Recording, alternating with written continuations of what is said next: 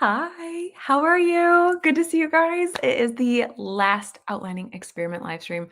I'm freaking out. I'm a little bit like shaky excited. I've actually been thinking about this and excited to hang out with you guys all week long. So I'm so excited you're here. Last I checked, there was 40 plus people here. So you guys are blowing my mind. Like, I'm so excited right now. Just really quick, I wanted to say, first of all, who's doing NaNoWriMo this year? If you don't know what NaNoWriMo is, it stands for National Novel Writing Month.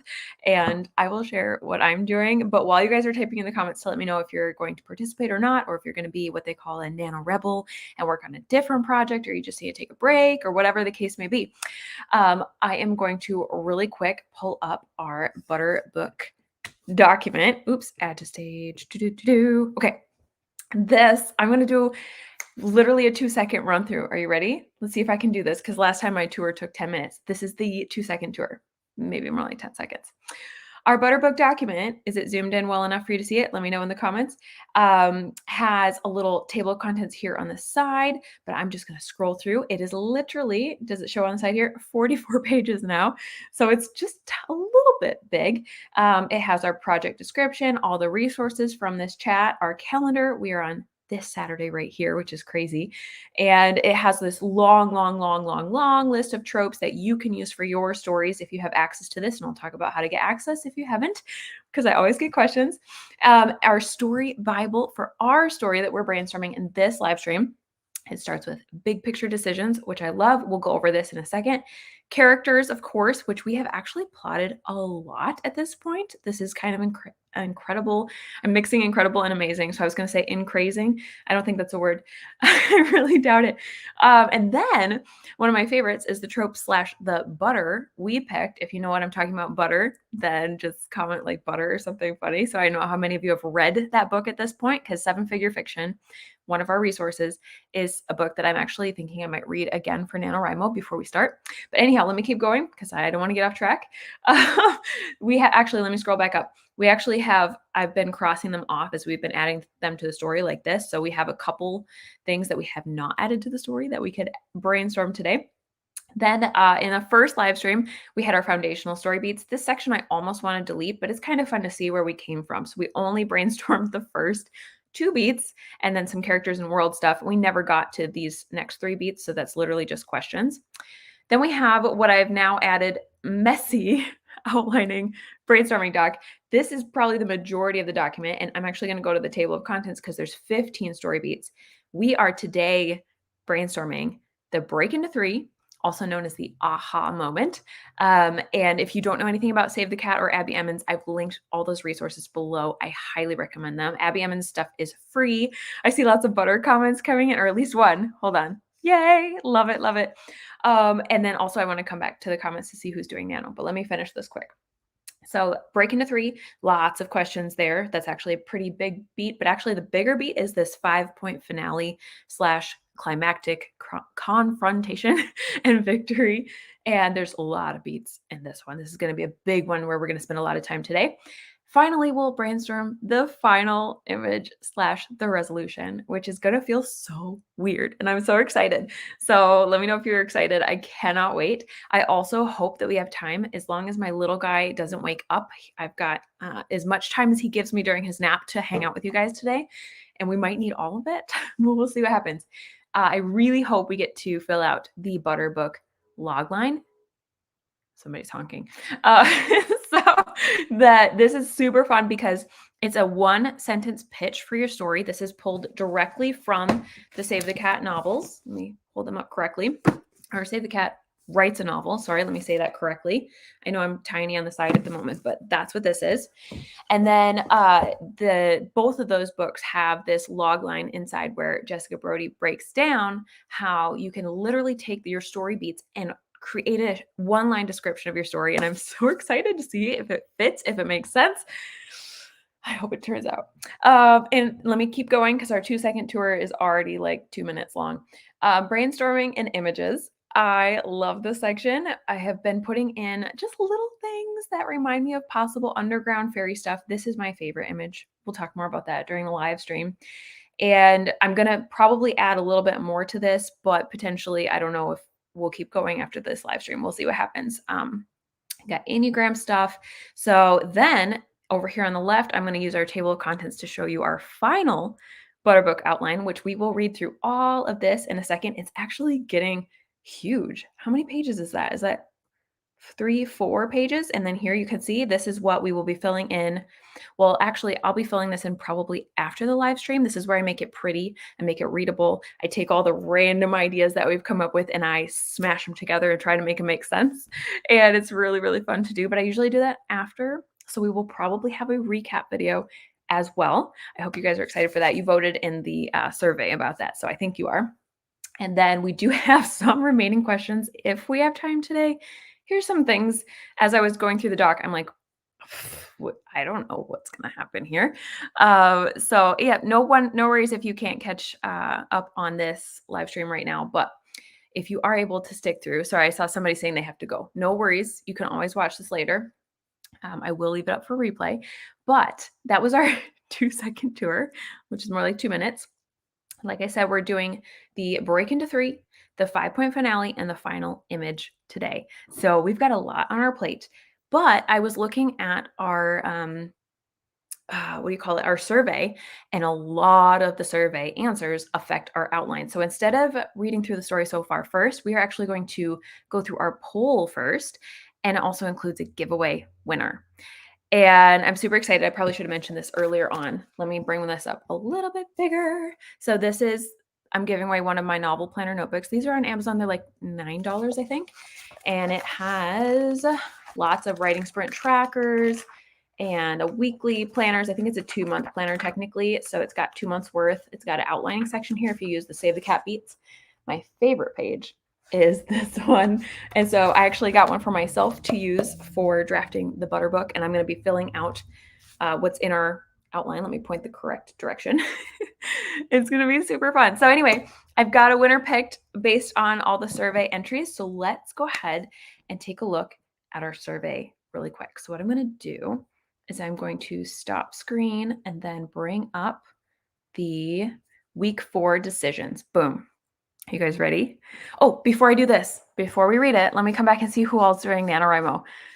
Oh my goodness, so many good questions have been coming in. By the way, thank you, Avi. I appreciate it so much. Thank you. If you do hit the like button, I really appreciate it. I think it makes YouTube push out my videos more. I'm not totally sure. Sarah Cannon has a live stream going on. I'm seeing a couple of those. So if you guys are watching, I totally get it. If you need to watch her stuff, go for it. I think Sarah's awesome. I love this. So Sarah's stream is mostly sprints. Cool. Okay. So we're sprinting on our Butterbook today. I'm going to say I'm participating in that. Although I'll probably use Sarah's sprints later. I love that. Coffee, check. Shoot the kids away, check. BBBD, open, check. For those of you who are tuning in for the first time, the BBBD, as we've been calling it, is this Butterbook. Let me point the right way. Butterbook document that we have going. Or no, sorry, this is the survey. But remind me if I forget. If you want to know how to get access to the Butterbook document, I will share more soon. And thank you all for the good vibes. By the way, for this, I was so excited that he fell asleep like 15 minutes before we started. So yay. Okay, let's see who's doing Nano. Megan's doing Nano. You're doing Nano. Okay, awesome. I love that. Lacey's doing Nano. Sweet. I don't know what you're answering here, but I love it. I love that you guys were chatting about it. So yeah, this is a long outline of your book, as much description as you want. And you don't have to be a plotter, by the way. Oh, this is all before I started. Oh my goodness. You guys are amazing. Making you consider Nano. Okay, good. I hope you do it. It's super fun. And it can be low pressure. You don't have to do the 50K that everyone's doing. There's no prize or anything that happens if you don't do it. Like, it's fine. It's a very motivating time of year for writers. And that's why I like to basically join in and try to write something, but I will be a Nano Rebel this year. Erica's going to do it. Love it, love it, love it. Going to participate. Oh, wait, it's your first time, Erica? That's exciting. Dawn, I guess it will be a Nano Rebel. Yes, cause life. Same. And that's okay, because I think the important thing is that we're rubbing off the writing excitement on each other and helping each other get into it. And it's okay if you don't want to do it. I think you'll still love the energy that writers have. Yeah, being a Nano Rebel is super fun. I don't have nearly as much pressure on myself to do the actual 50K anymore. I'm doing nano this year. I won't be still in the setup phase. Totally okay. Trying to do a project from October to Mayish. Oh my goodness, that's a big time frame. I love it. You've read the Butter book. Love that. Okay, sweet. Currently doing laundry. I love it. Don't know if I'll be rewriting a mystery or something new. Nano for the 9th time. That's amazing. I'm so excited for you. That's so cool. How many of you won? Let us know in the comments because I'm super curious. Love Save the Cat. I would read that. I'm thinking you're talking about Save the Cat. I was going to ask, any idea how to not make the aha moment earned instead of a quick fix or a cheat? I feel like if they've been on the journey that we've been brainstorming, that it will feel earned. That's my thought. And if it's not, maybe go back through the story beats. This is a great time to talk about the checklist in the back of these books. I'm just going to use the old one because I think it's right here, maybe. Just kidding. It's actually up. Hold on. I haven't read the original Save the Cat in a while. So there's a checklist, and it's like a couple pages for each beat to make sure that you've like earned it in each beat.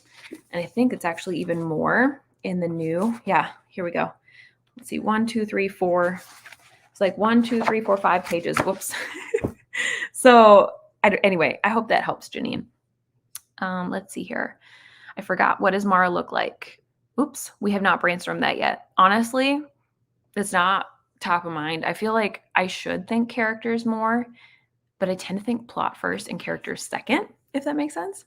So yeah, the images are super fun. I love that. Yay, I'm so glad you like those. I can't believe it's the last one either. Okay, so let's get started. Let's go through our survey. Are you guys ready? I point both ways because I never remember which way to point. It's backwards for me. All right, so add to stage. Let's make it bigger so you can read it. Okay, drum roll. You ready? I hope you guys are super excited. Oh my goodness, I just missed. There's like 30 more comments came in. Oh, thank you, AV. You are so sweet. I really appreciate that. Let's see here. Oh my goodness, I missed a lot of comments. If I missed important comments, please feel free to comment again. But this has been so fun. I'm just seeing a bunch more participating this year. Do you ever read manuscripts of the people who learn from you? I don't have time for that. Unfortunately, I don't even have time for my own books these days. It's really been hard for me. We can talk about that because mom life, and I work like 3 hours a day and that's it. One going on the 7th win in a row. That's so cool. Oh my gosh, I love that. This is why I love NaNoWriMo, because it's very motivating. Okay, so let's see here. We have our brainstorming decisions. Are you ready? Oops, hold on. This is the doc that you guys filled out, but I am going to click edit if it'll let me.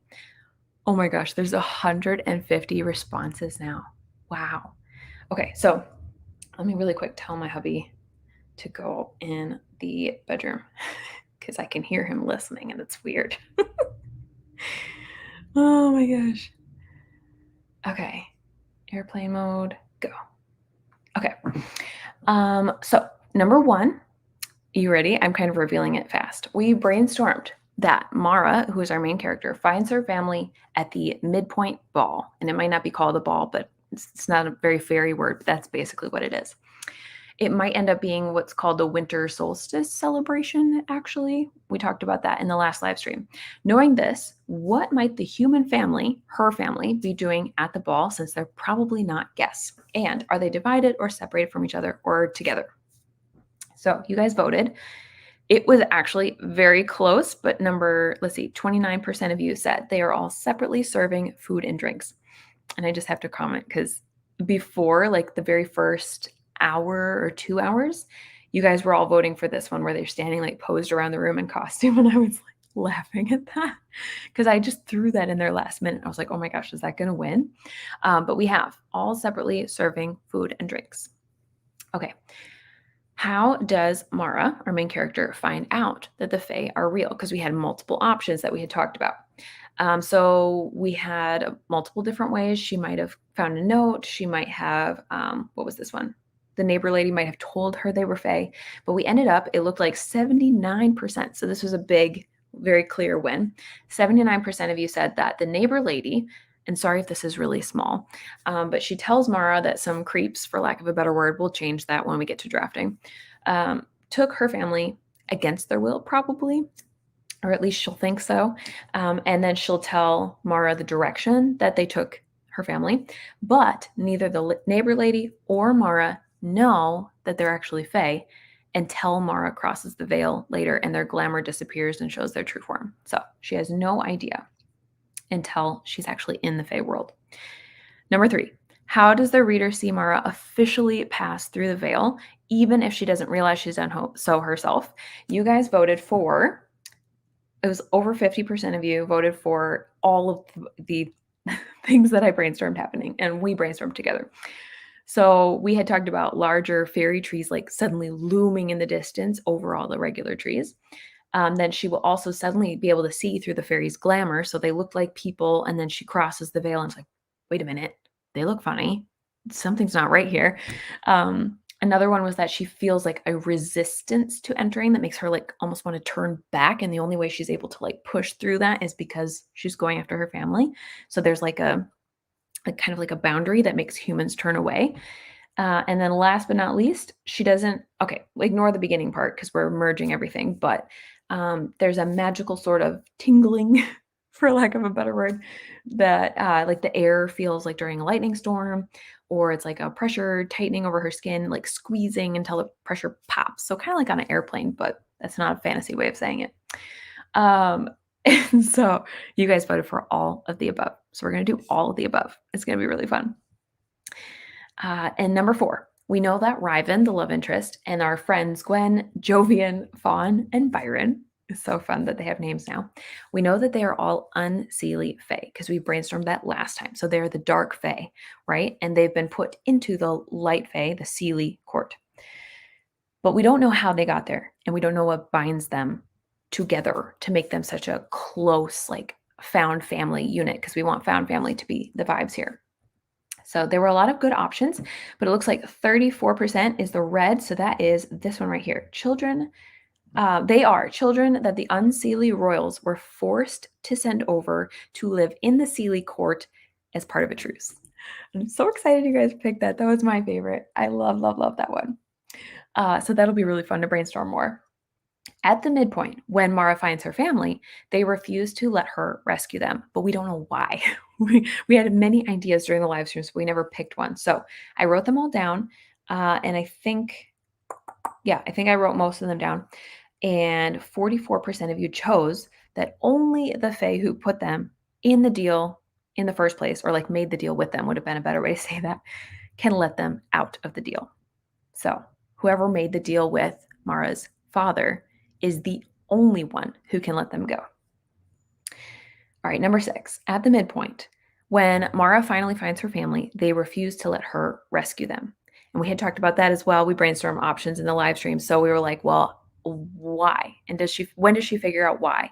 And how does she figure it out? And so I love that you guys want Riven to be the one to tell her, because that's like rough. That's gonna make her see him as the enemy even more. And I love it. It's gonna be good. But what if, this is a good question. What if the Fae is dead? I feel like that, okay, so let me go back to that question. Because I think we had brainstormed in the live stream. Hold on. I think it's actually coming up. Hold on. I'm actually showing. Okay, yeah, how the fairy, okay. That's going to be answered in 1 second, Janine. I think when we get to how the deals are entered into, because that will also explain how they're ended. But 1 second. Let me bounce back. Number 7, we need to figure out the details of the father's job, like his business venture that fails. So in the original Beauty and the Beast, he loses all his wealth in a tempest at sea, which sinks most of his merchant fleet. So if we just keep it simple, we start with that. Then 47% of you voted that when he loses his wealth, whatever happens, he becomes desperate and has to make a deal with the Fae, even though he personally knows better. And I think that's a little bit longer of an answer there, because, hold on. Is that the one you guys voted for? Did I click on the wrong one? Oh yeah, it's just off the screen. There we go. Personally knows better because Mara's mom was Fae, so she could have taught him what to watch for. Whether she told him he was Fae or not, I don't know. Or she was Fae, but she could have taught him, watch out for any deals where somebody gives you an object and blah, blah, blah, that kind of stuff. So he is entering into it out of desperation. And I put a little bit more in the doc, so we'll talk more about that. I had a couple more ideas springboarding off of this choice that you guys made. So we could talk more about that in a minute. Okay, number 8. This is coming back to what Janine's question was. How are the fairy deals entered into? So it looks like 42% of you voted for, a verbal agreement. So there might be a contract, but it doesn't have to be. That where the fae gives the mortal an object that binds both parties together, even if the mortal loses that object. And so, or was it this one? Oh no, sorry, I'm not quite there yet. It's actually the next one. How are these fairy deals enforced? Because, like, great, they gave him an object, but humans can be like, forget it, I'm not doing it. So we voted that both parties are magically enforced to keep their word unless the other party lets them out of the deal. So I think that falls under Janine's question here. What if they're dead? That would be them letting them out of the deal, in my opinion. Let me know if you guys agree. After this is less Butterbook related, but before we go into reading through, after the outlining experiment is over, I want to record a recap video and I want to share this full outline because at this point, when we read through last time, it was like 10 plus minutes. And also because I usually update the document after we're done, like we mentioned. And so it just felt unfinished. You know what I mean? To end with this live stream today. Like it'll feel very unfinished to me. So obviously, I can't share the 44 pages of our Google Doc, but I asked you guys, what do you want me to recap? And so I think the winning was all of the above pretty much. So I'm going to try to include our big picture, that story Bible stuff. I'm going to try to include the log line. If we don't get to it today, that's where you'll see it for sure. Some more Pinterest images. I might just have those trees. I don't know if I'll have time for more. We'll talk about that too. And then a quick tutorial for how I set up the colorful tables in the Butterbook doc, and of course, the outline itself. After our outlining experiment is over, I just know for a fact, I already have been getting probably 2 or 3 emails a day of like, how do I get access to the Butterbook? And so, or the brainstorming document. And so to save myself from constantly having to turn people away, being like, it's over, too bad, I don't want to do that. So I was like, well, I still want it to be available somehow. You guys helped me pick to create a page on my website, but I'm going to make it password protected. And I'm going to send this password out as like when you sign up for my newsletter, you get a password, and that's one of the freebies. So don't worry if you're already signed up. Obviously, I will also send out the link to the Butterbook doc and this webpage once I make it. I'll do that at least one more time, maybe twice. But what I'm thinking is I wrote this in here is I could also include our live streams on that page, and then like looking forward into the future, I could potentially put I don't know, more details about the story, like if I get a title or if the book goes on Goodreads or what stage I am in writing it. It could be really, really fun. I could put like a little checklist of this is in drafting or something like that, and like where it is. If that interests you, let me know. That just came to me now. So anyway, number 12, should we keep doing live streams in November for NaNoWriMo? And it looks like everybody, almost everybody, not everybody, 27% said, heck yes, I'll be there. And a bunch of you also were like, do it. I might not make all of them, but I want the replays. So I think I'm going to keep doing these Saturday live streams. It's going to be super fun. Yay. I'm so glad you want updates because I'm really, really excited about that. It's going to be super fun. Oh my gosh, you guys are already brainstorming. I love it. Okay, so let me come back to those notes because I'm almost done with the survey. Last but not least, we have our giveaway. And I made a note to myself to make sure I do not show your addresses on screen. So let me close this up. And then, are you ready? The survey results, or more, the giveaway results. Are you ready? Da-da-da-da-da. It is Selena Morales. Let me know if I said your name right, and let me know if you're here. But congratulations. I will be sending you a copy of a novel planner for your NaNoWriMo. Yay! And again, if you guys didn't win and you want a copy of these, it's on Amazon. I have it linked below all of these live streams. I think it just says, actually, let me look. It's under other resources in the description, and it is the last 2. There's this mug cover, and then there's a laptop cover that looks like this, and it's the same thing. So just in case you were like, why are there 2 of them? It's the same content, just 2 different covers, depending on what inspires you. Okay, so do we want to fill in our log line first, or do we want to review the outline? because I've been chatting for a while, and let me know what would be more exciting to you, because in case Zion wakes up, if you're like, I want to see the log line, I want to know what it looks like. If you want that, we can do that. So vote now if you want me to go read through the outline in the Butterbook doc, which I'll pull back up while you're voting. Butterbook doc, pull up, share screen. All right, so we have our giveaway winner, and then here's our last two, reviewing our story in the Butterbook, and then we're going to start brainstorming finally. I love this. It takes me forever to actually get to brainstorming because there's so much to share at this point. Let's see here. Oh, you guys are chatting about like, okay, yes, what if the human dies? Does the deal end? I think the deal would end in my, yeah, exactly what Lacey's saying. I feel like it would break the contract if the person who was part of the contract, just kind of like the same way it does now, if somebody, well, maybe it doesn't. Maybe sometimes the contract does carry to children, but it would be interesting if the deal could be like passed down to the Fae children or the human children too. Congrats, Selena. Yay. Happy planning. Logline. Okay, so these are votes. So outline, read through, logline, logline, logline, logline, logline. Okay, I think we have a winner possibly. And another for logline. Megan says, please, can we do writing sprints together? And happy planning, Selena. Congrats. We can absolutely do them. So every Saturday in November, that's my goal. I think one of them is next to Thanksgiving. That might be the only one that's tricky. I will let you guys know for that one, but I will make sure to put the live streams up on my channel so you can just see them. Okay, logline first. Let's do it. Are you guys ready? I'm super excited. Okay, so I have to find it. Let's go. Oops. Let me bring back the Butterbook. Come back. Okay. So on our left side here, I made sure to basically put a header. If you don't know, you can just use these header options. And when you make text header, it ends up showing up in the table of contents on the side. So where did I put the log line? I think, was it at the end? Nope, it's at the end of the big, here we go. The Butterbook log line. Oh my gosh, I'm so excited right now. Do you want me to make it a little bit bigger so you guys can see it okay? Let's see how that looks. Okay, so before we fill it in, the log line reads like this. On the verge of the stasis equals death moment, a flawed hero breaks into two, but when the midpoint happens, they must learn their theme stated or their truth before the all is lost. All right, so should we leave this here for you guys to see and make a fresh one so that if you want to see this for your own, I'm just going to do it like this. Okay.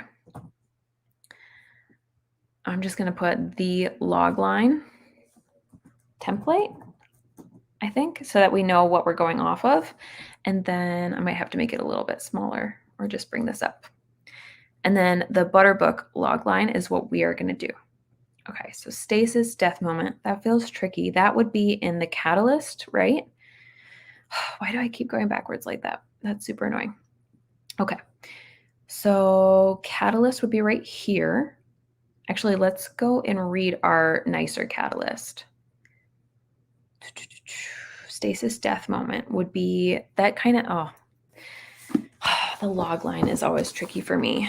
What is the stasis death moment? Can you guys help me out if you've read Save the Cat?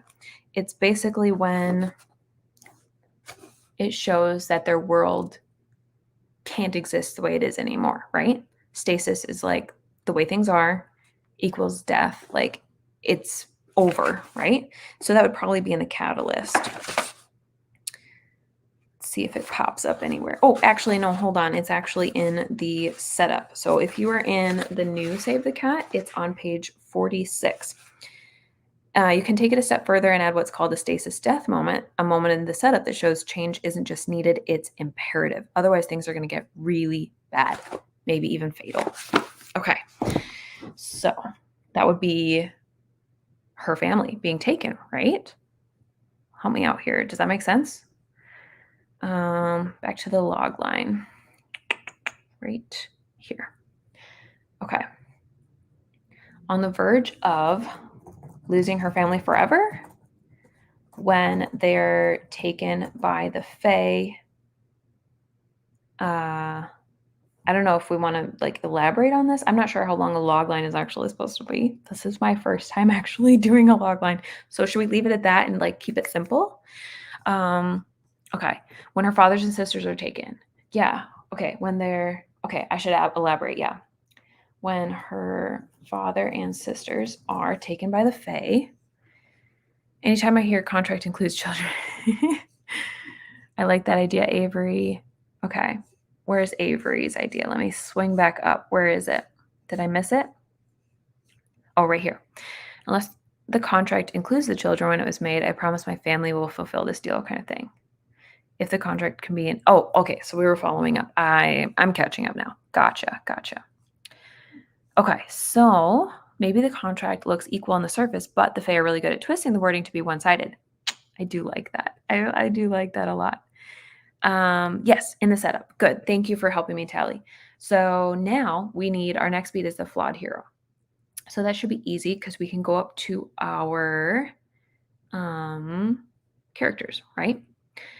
So Mara, she is secretly part Fae. She doesn't know that she's part Fae, neither does the reader. They're going to find out at the end. It's our big plot twist at the end, which we get to brainstorm today. I'm very excited. So her want is to protect herself from being hurt by others, being controlled, essentially to avoid lowering her walls and letting anybody in. But what she needs is to learn to love someone and trust that they won't control her. She believes, based on probably real life experience somehow, that people won't love you back, will use your love against you. Like she does not want to be vulnerable, but she needs to learn that trusting someone else is worth it. They won't let you down, they'll love you back. So being vulnerable is not a sign of weakness, an act of strength, right? I did, Janine, I got can you paste the original cut and paste? Oh, did it go away? Hold on, I don't want to do that again. Logline, where'd you go? See, there it is. It's at the top. That's the original. And this is the one we're filling out. So our flawed hero is, the pressure's on. How would we describe her? Help me out if you guys got some ideas. Is that a cliffhanger ending plot twist? I don't think it'll be well, I don't know. We're going to find out today. I don't know. We brainstormed it a little bit, but we didn't decide. A sheltered or closed off young woman. Yeah. Describe her with a young woman. Oh no, sorry. She's the youngest daughter. We should describe her in terms of the family. Or no, is she the middle or the youngest? She's the youngest, right, guys? Remind me. I think she's the youngest. The youngest daughter. Oh gosh, how do we do this? On the verge of losing your family forever when her father and sisters are taken by the Fae. The angry.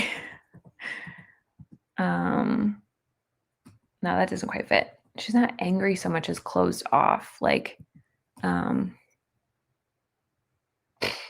don't know how to do this. Yeah, youngest, embittered, rebellious, simple girl, unwilling to be vulnerable.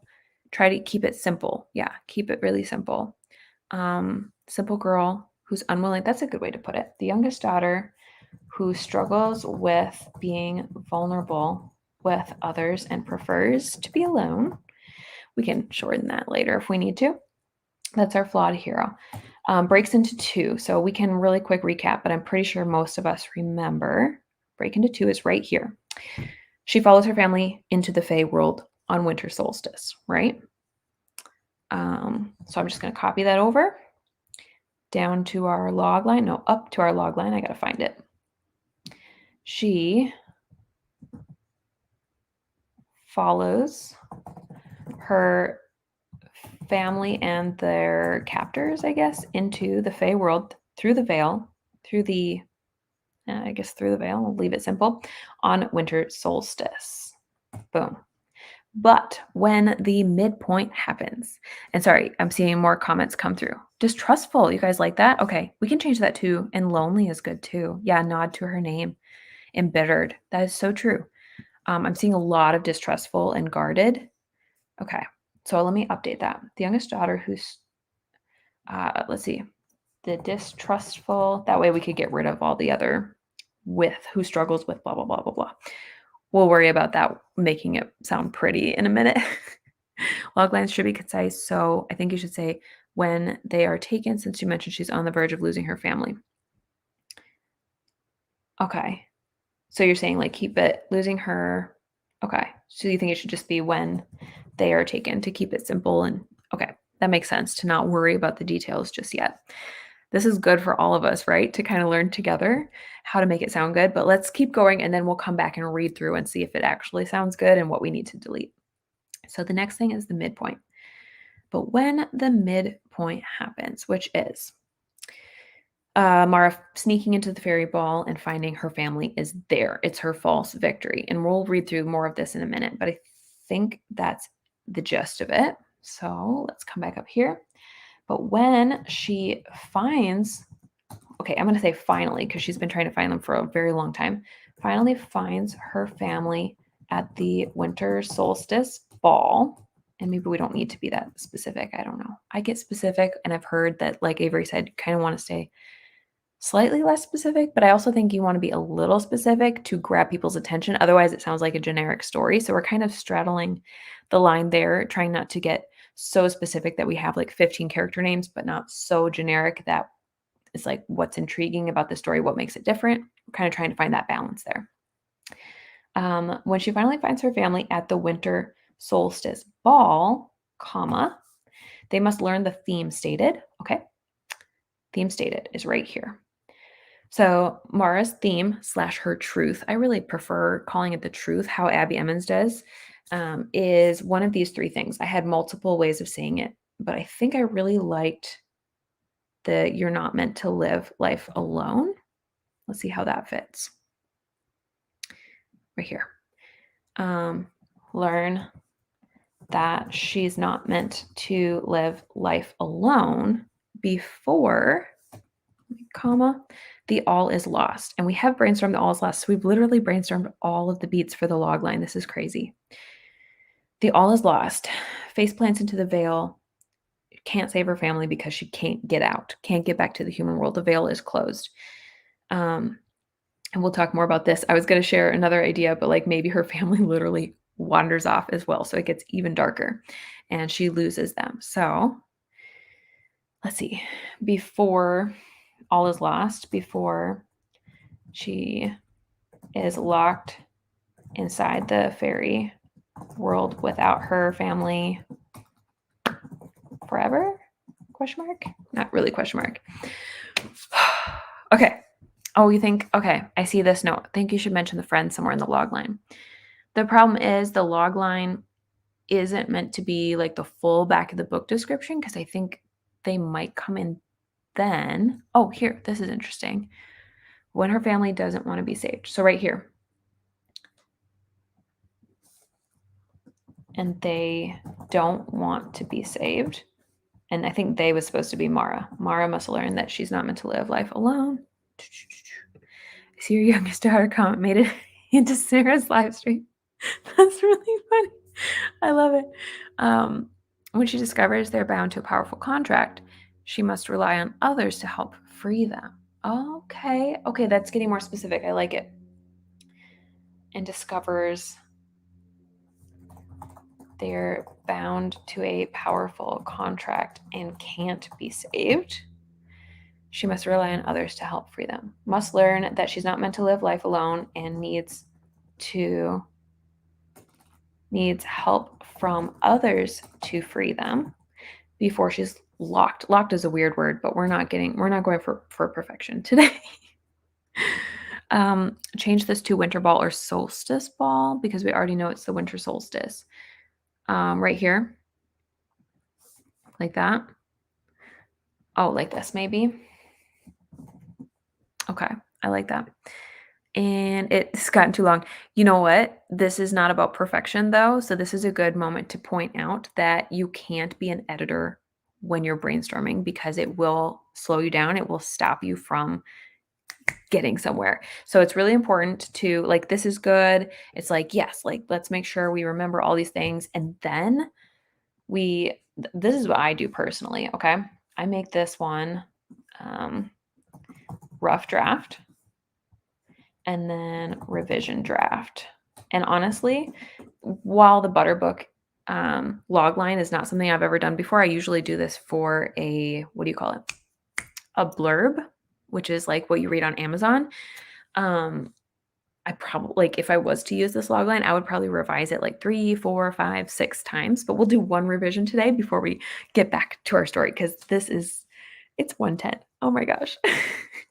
Do we have time to go read through the butter book? I don't think we do. I think we need to get brainstorming now, but maybe this log line has given you semi enough information, and then I can remind you if there's anything that comes up that's in our outline and you didn't know about it, if that's okay. Yeah, it is tough.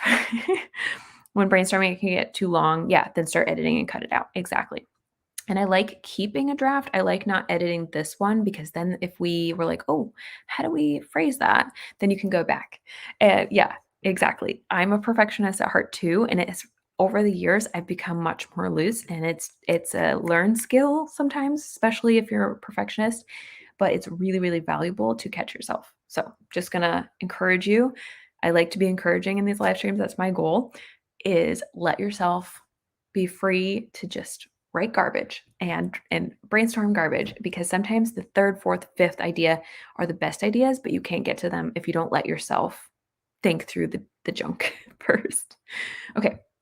So our revision draft, and I don't think we have that much time to make it perfect. So please don't judge me if it's not that great, but we're just going to try to cut it down a bit. On the verge of losing her family forever when they are taken by the Fae. The distrustful youngest daughter pursues maybe, because at this point, ways to edit would usually be with better verbs, and that can really help a story be stronger. Maybe let me know if there's even a better verb than pursue, because I feel like there should be. The distrustful youngest daughter.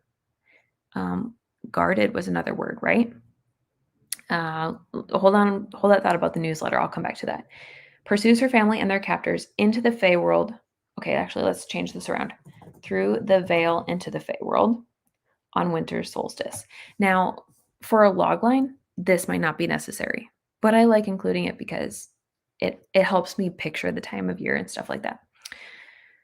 But when she finally finds her family at the solstice ball and discovers they're bound in a powerful contract, let's see. I wonder if there's a way to cut out the can't be saved part.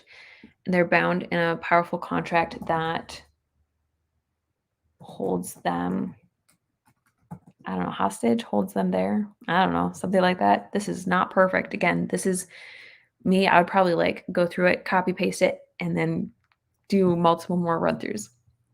Mara must learn that she's not meant to live life alone and needs help from others to free, let's be more clear, to free her family before they, like not just her, but they're all locked inside the fairy world forever. Oh, except for without her family. That might not be the all is lost, truly. Am I misdescribing the all is lost, do you think? Thank you, Avi. And Lacey, like pursues. Yeah, pursues her family's captors. Oh, okay. So let's see here. Pursues her family and their captors. Or just them. Let's see. From their, like, just like this. Pursues their captors. Like this. Them and their captors. Oh, that's kind of clunky. Them, we'll leave it. Through the veil. Remember, we're not being perfectionists today. We're just getting there. Discovers they're bound in a powerful contract that holds them there. Mara must learn she's not meant to live life alone and needs help from others to free her family before they're, I'm just going to say they're all lost inside the fairy world forever. And that's a little more open, a little more on the generic side, so it could get more specific, but let's leave it at that. What do you guys think? Is this an okay starting place? Bound by a powerful contract implies they're already trapped, which they are, Tally, just so you know. And maybe I should really quick scroll through our opening image. Okay, I'm going to do this as fast as I possibly can. Mara's at home with her father and sisters. We're setting a funny tone to the book, so they're fighting in a funny way about her father being interested in a neighbor lady. Mara's convinced letting someone new into their lives is a mistake because of her wound. She doesn't want to let anybody in. Her truth is that she's not meant to live life alone, but she believes letting people in will only end up hurting her. The setup includes the homework, play, and the flaws in the world, like Save the Cat talks about. So she's going to fight with her father, storm off to the village on an errand, head into a favorite bookshop. While she's browsing, she's going to see some fey deals taking place, even if she doesn't know it. And we're going to show how the world needs to change. I'm going super fast.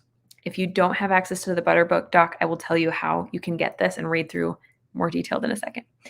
Mara's merchant father has that business venture that we talked about. And so Ryben, her love interest, is probably the one who comes to enforce the deal. Mara's not home. So when she returns, the neighbor lady's like, some creeps took them against their will. They went that way. So she chases after them in her debate. She has to decide, is she going to go after them on her own? Is the neighbor lady going to come with her? And I think it'd be funny if like maybe the neighbor lady offers to help, but she's like, no, I got this. So I'm going to delete this because she doesn't find out that the Fae are real just yet. She might hesitate over the idea of getting help before deciding to go alone. The break into two, she crosses over that veil like we talked about. There's that strong resistance to entering, all the other things that we brainstormed in that survey, so I won't repeat it. And then as they enter, we see those fun, this is like a description of some of those images I saved above that you saw. Her main goal at this point in the story is to find her family. So she has to learn more about the Fae, learn about the court, figure out how to navigate underground, not let anybody know that she's human if she can help it, and avoid trusting anybody like her theme. The B story character is from the Save the Cat book. This is going to be Ryven, the love interest.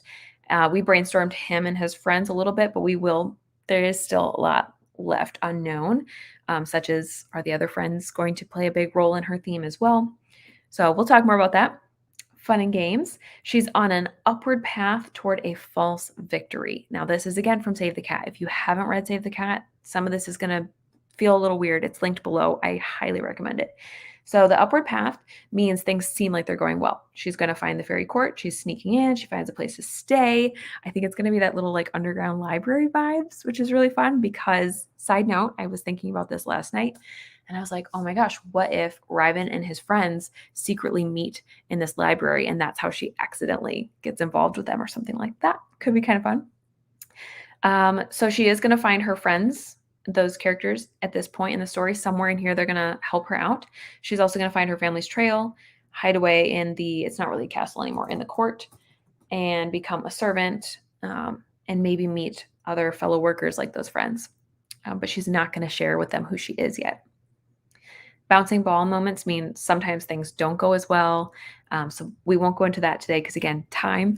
But her goal in this entire Act 2 is to save her family and get them out.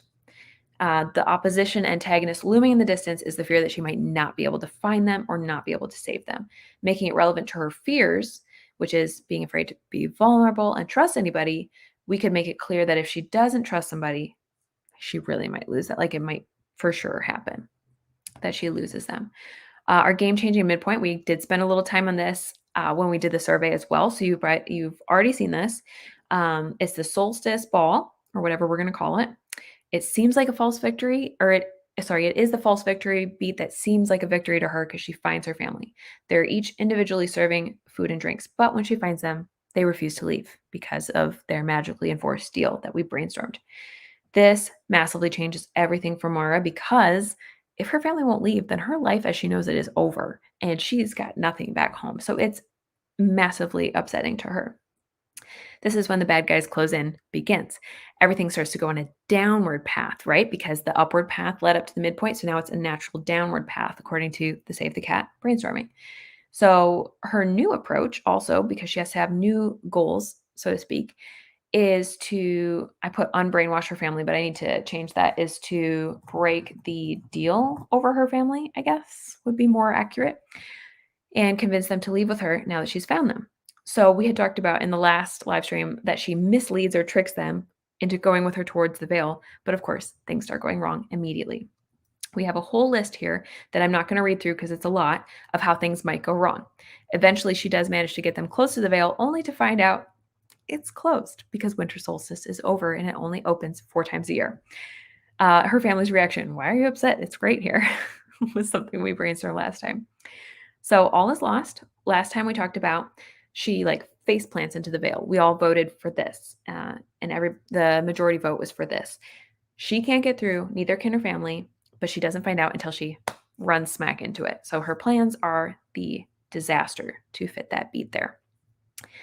Maybe an idea I had after the live stream was that her family even abandons her at this moment, which would make it a lot more all is lost if they literally run off, especially if they run off in all different directions. So she can't go after all of them. She has to like pick or just let them go.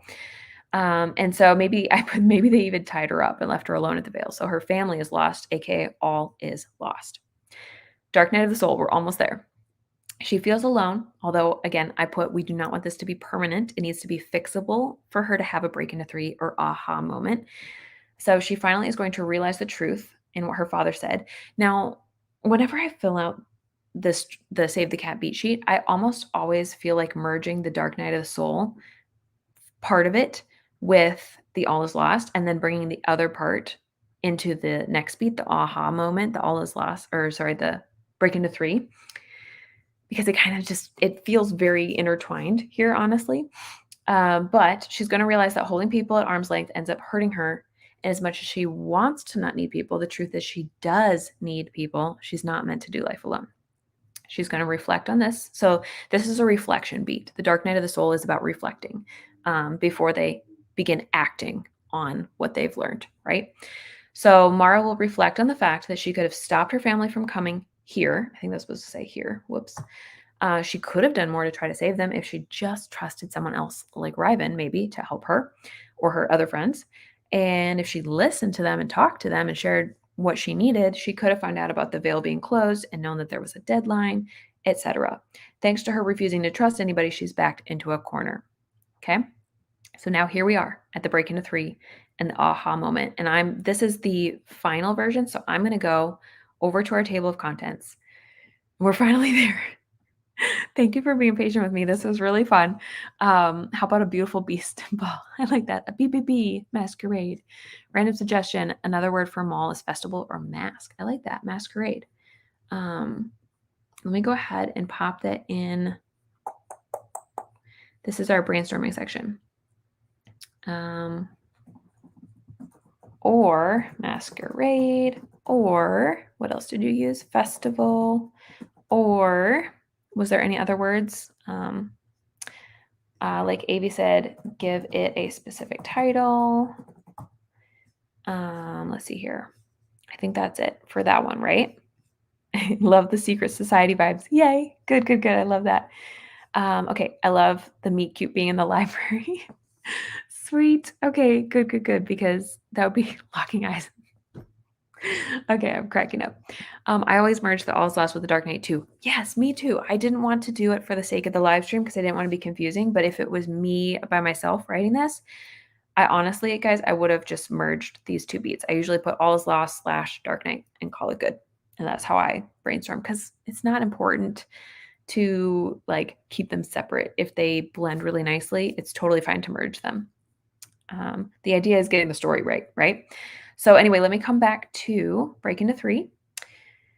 And it's time. We better bust through this. Are you guys ready? We're going to just like knock it out. So let me bring up our new, we reviewed our outline. That was incorrect on the screen the whole time. Okay, it's time to brainstorm. Let's do this. I'm nervous. Okay, question number 1. And I think the break into 3, we're going to be able to answer really quickly, hopefully. Does our main character finally learn their truth that they've needed all along? Is how Save the Cat puts it. Abby Emmons says, how is my protagonist going to overcome their fear and continue to the climax, therefore developing as a character? What lesson are they going to learn and simultaneously teach the audience? Okay, let's make this the normal font so we know it's our story. So this seems pretty easy because we know what truth she is, and I think we actually brainstormed it right here. I think we accidentally kind of brainstormed ahead, right? So I'm going to pop this in here. She realizes the truth in what her father said early on. Holding people at arm's length ends up hurting her as much as she wants to not need people. The truth is she does. So we brainstormed that last week by accident. All right, number 2. Let me change the highlighting here. I'm just going to do this so I can just copy. Do they proactively decide on the change that needs to happen? They need to be the ones who make the decision and they act in this beat for it to truly feel powerful. So remember how I said that the dark night is the reflection beat, the break into 3 is an action beat, right? So how does she act? What does she do to act on this truth? If her truth is that she needs people, does she go to Ryven? Does she go to her friends? Does she go to both of them? Let me know what you think.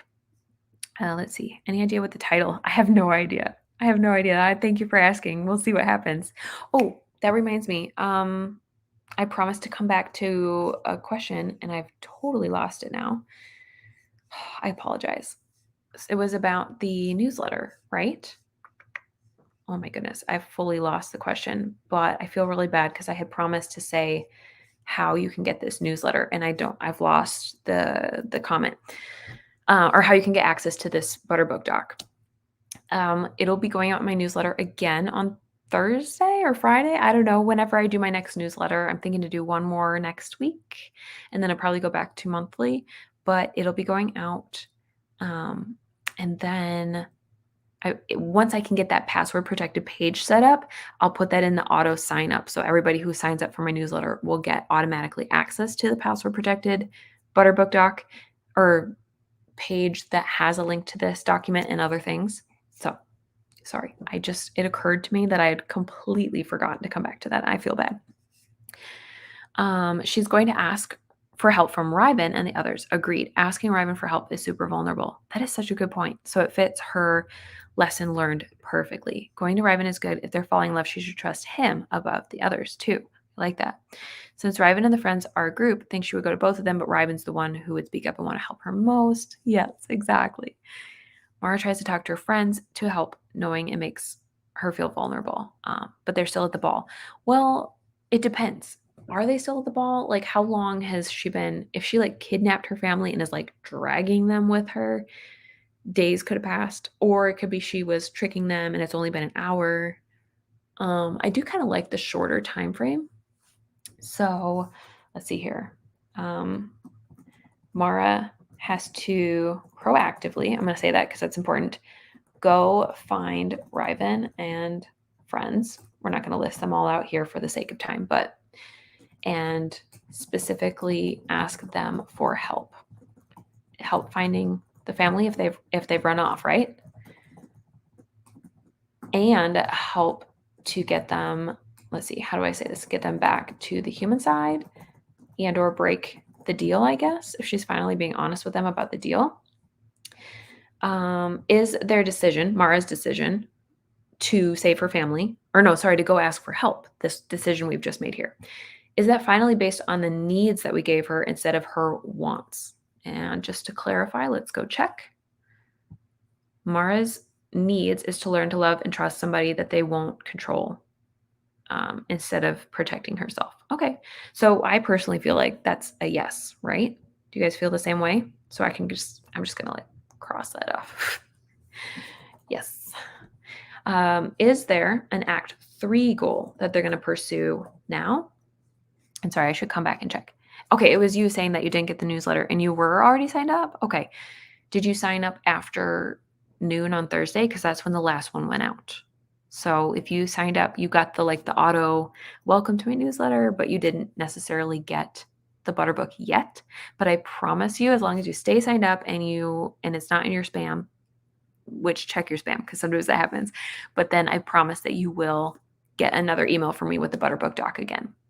I'm trying not to send daily emails, but yeah, that's kind of how I'm working it out. Let's see here. It can't be the ball since the winter solstice is over and the veil is closed. So do you feel like the winter solstice, this is a great thing to vote on. Let me write this down. Does the winter solstice ball end the moment the veil closes? Let's vote on that. Or does the ball just keep going, but the veil closes at midnight or something? Let me know what you think. And I'll tally up our votes for that because I need to know what you guys would prefer. Maybe Ryven helps her while wearing a mask, like a masquerade. She realizes it's him later. I like that. Oh, thank you. I appreciate that, AV. Erica says they can all make some kind of plan between the veil closing and the next one opening. Oh yeah, for this is for the Act 3 goal, right? To get her family out when the veil opens next, which would be spring, right? Spring equinox. Let's see if I can spell, because we picked 3 times a year. Wow. Gosh, my spelling is going off the rails. The ball could celebrate the veil's closing. I really like that. Okay, so do I even need to vote? Because it looks like last of the ball closing ceremonies. The ball ends when the solstice is over. Okay. Yeah. So it's basically like they're on the same timetable. It sounds like you guys are on the same page with that. I feel like the ball might still continue even after the veil closes because Faye like to party. Fair point, actually. That's a fair point. Now I'm kind of leaning that way. I think the ball keeps going even when the veil closes at midnight because none of them are concerned about crossing anyway. That's another good point. Okay, so essentially, the ball is to celebrate not the equinox, the solstice, right? So it's maybe it's going on the whole, like I read online that it starts December 23rd and it can go to like January 6th. So it's like that's like 10 days or something. No, 2 weeks. It's like a long time. So Mara's been in this Fae world 2 weeks. She has no idea but then this is like the winter solstice last day, right? Is that kind of what we're landing on? And then the ball still continues going, but it's like, sorry, it's midnight, the veil's closed or whatever. Or maybe it closes at dawn to be a little bit different. I don't know. And everybody must remove their mask. Dun, dun, dun. The veil should close in the middle of the party. So Mara's distracted long enough that she can't get her family out in time. I like that. So what do you guys think of this? This is kind of what I'm leaning towards, where they've been partying for like 2 weeks, but it's like such a massive party that she doesn't see her family until the last day. And it's like the January 6th or whatever it is. We don't need to be specific, but that's from the sake of me brainstorming. And then it's like midnight, she finds her family and she's like, let's get out. So they're running through the tunnels. It's the middle of the night. And then it closes at dawn like that. And then like she gets there and like it's got to be far away, right? Because they got to get out of the tunnels. They got to get up to the surface. Then they got to go through the woods out to and that's the veil's like out in between the woods and so I feel like that's far enough that if she's running into all these problems that we brainstormed back in the right here, the bad guys beat, I think it was, there's a lot of problems that might happen, like running into Fae who are trying to stop her, then I think it makes sense that it could take or dawn could even happen at like 5:30. I don't even know. Honestly, I haven't been up for dawn in a long time.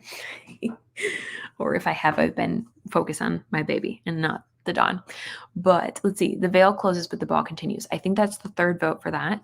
I agree. The veil should close in the middle. Fourth vote. I think there's been 4 or 5 now. I feel like it took the whole party for her to convince them. Oh, I like that. So like she finds them at midnight or whatever, like late, and it still takes time to convince them. And then they try to run and it's like too late. The veil's closed. She could leave during the solstice, but they can't because of the contract. And now she has to break the contract before the spring equinox. Okay, so yes, coming back to which means she and now also Ryben and friends need to find a way to break the contract that her father made, right? Keeping in mind, the only way to break it, because we brainstormed this, is how do we put it in the survey? Oh, shoot. It was something like the only way to break it is if both parties agree to break the contract, right? Or, as we brainstormed in the live stream, or one of them dies. And that's the only way to get out. Okay, so that would mean if we're getting really dark that we could technically break the contract if Mara's dad dies, which might not be the best direction to go for a funny, lighthearted book that's supposed to be like a cozy fantasy. So we're going to table that, but that is an option. The other option would be if the other party let her father out, right? Because in theory, this is going to be like, I don't know, like a 10-year or 50-year contract. Who knows? I have no idea. I doubt a Fae would make a contract for just 1 year though, right? So it's probably a long contract.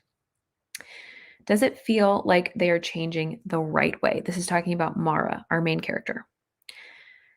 Oh, sorry, there's a couple more comments coming in. The middle of the party is when you're thinking that she finds them.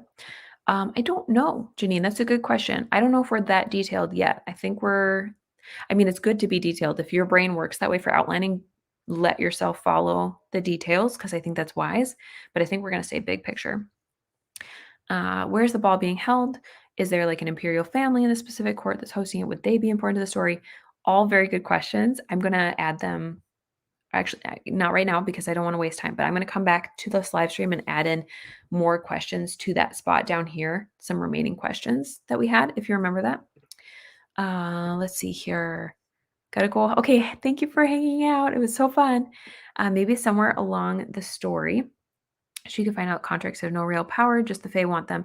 See, that would be cool, but I don't want to go too much backwards. Like, for the sake of brainstorming live, I want to stick to what we voted on in our survey. Plus, it's been an hour, so I could totally follow this tangent normally, but for the sake of time, let's stick to what the survey said, which is that there's no way to break it, unless, like I said, both parties agree or one of them dies.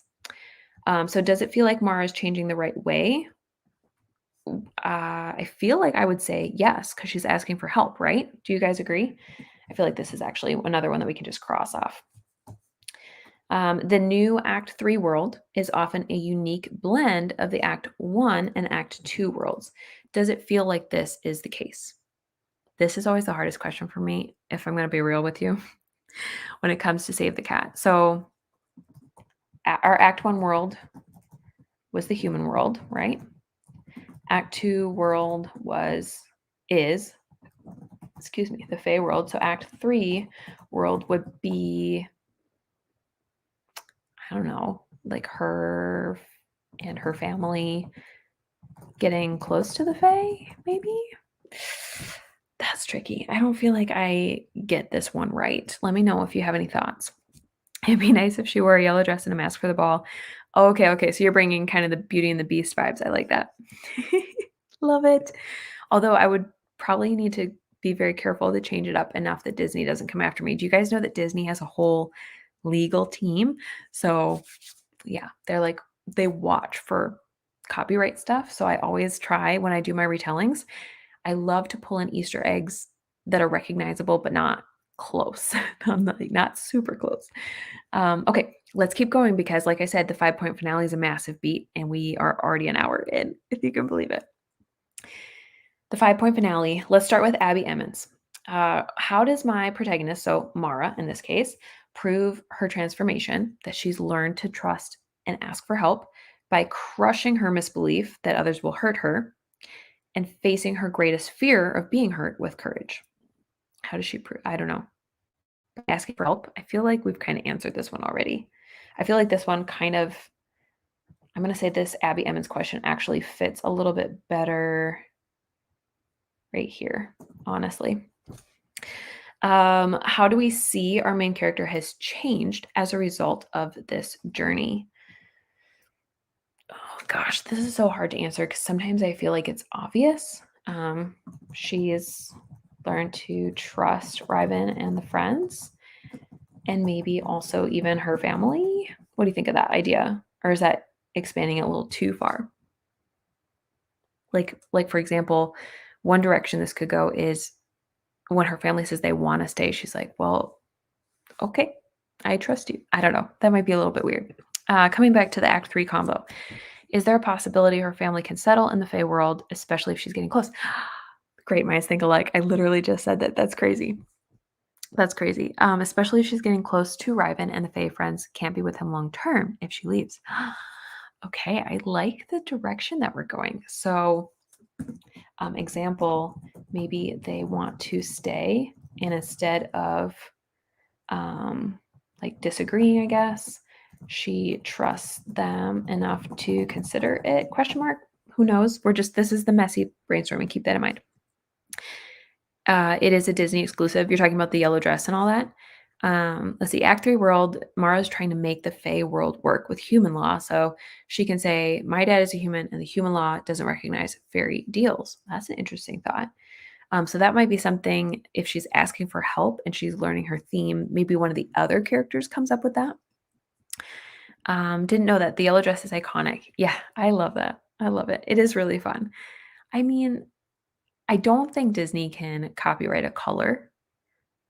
And actually, where is my book? The Cursed Hunter is one of my novels that is a Beauty and the Beast retelling because I love that story.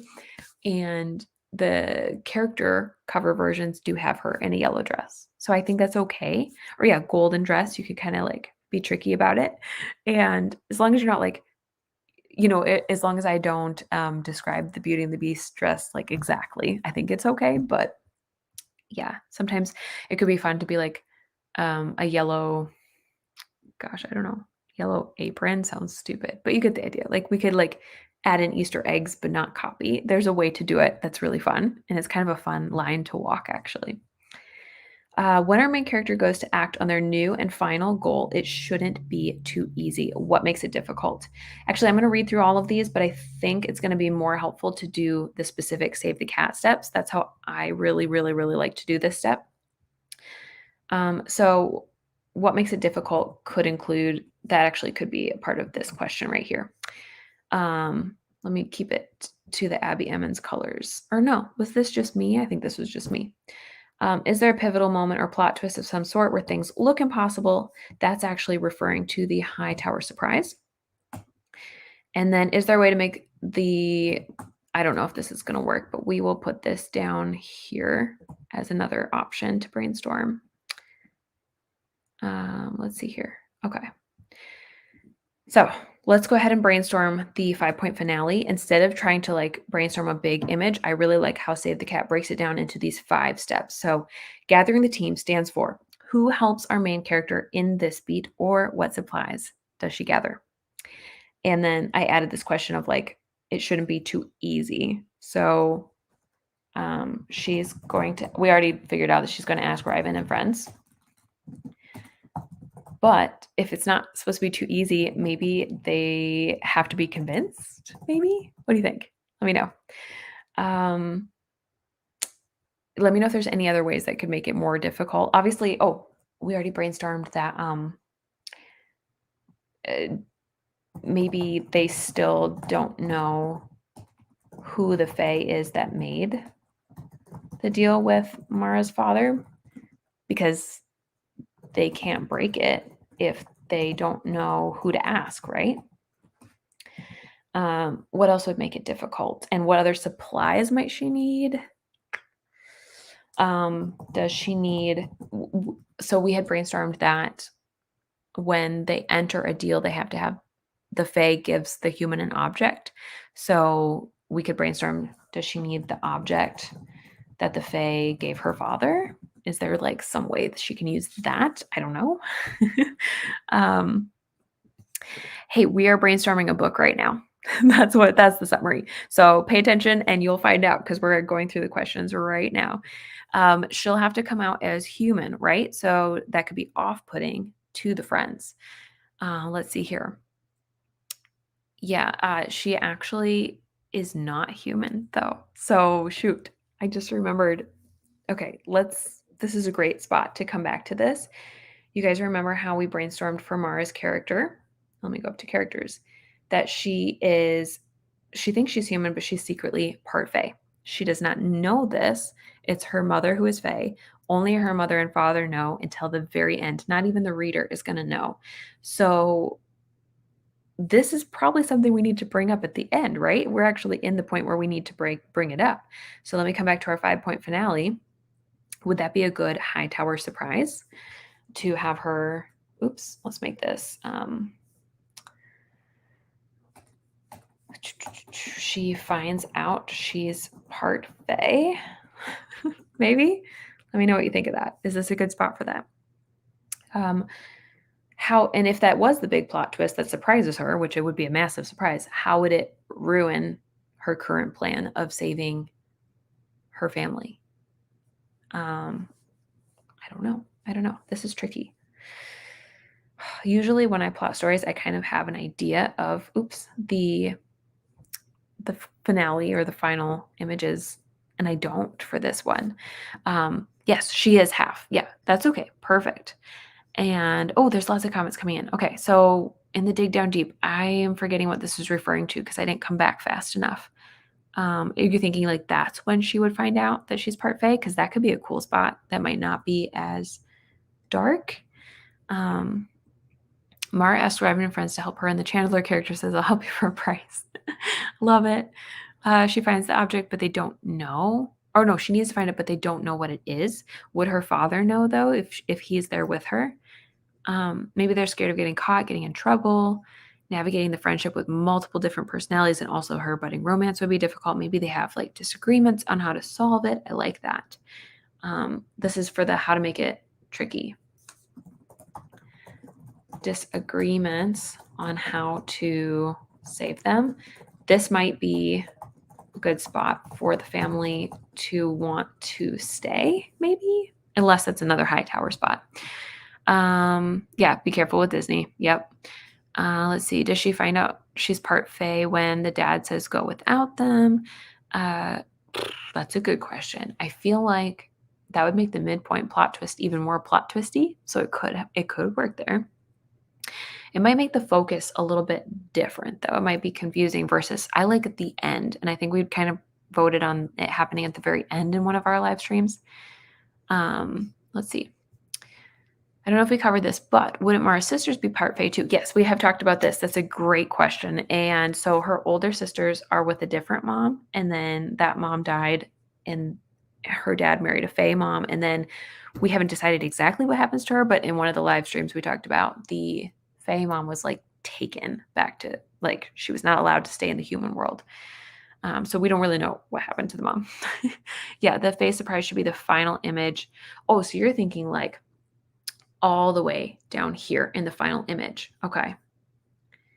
So let's see. Or could hold off on this until final image, question mark. Oh my goodness, I'm missing a lot of comments. Sorry. Maybe the veil is only for humans and Fae can enter and leave easily. So she finds out she can actually leave. But the problem is that wouldn't help her bring her family home. So that's the only downside of that.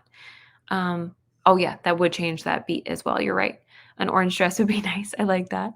That could be fun to do a little play off of that. Could her being part Fae be what finally gets her father out of the deal? Maybe Fae can't bind other Fae or their family. Her father doesn't know this rule, so he never told anybody. Maybe they get the object and they only find out after using it in the finale and only find out that she's part Fae. And it leaves the final image cliffhanger twist that the only reason she can use it is because she's Fae. And let's see. And we don't know what the object is either. So that's another big question. Gathering the team would be Chandler's time to shine.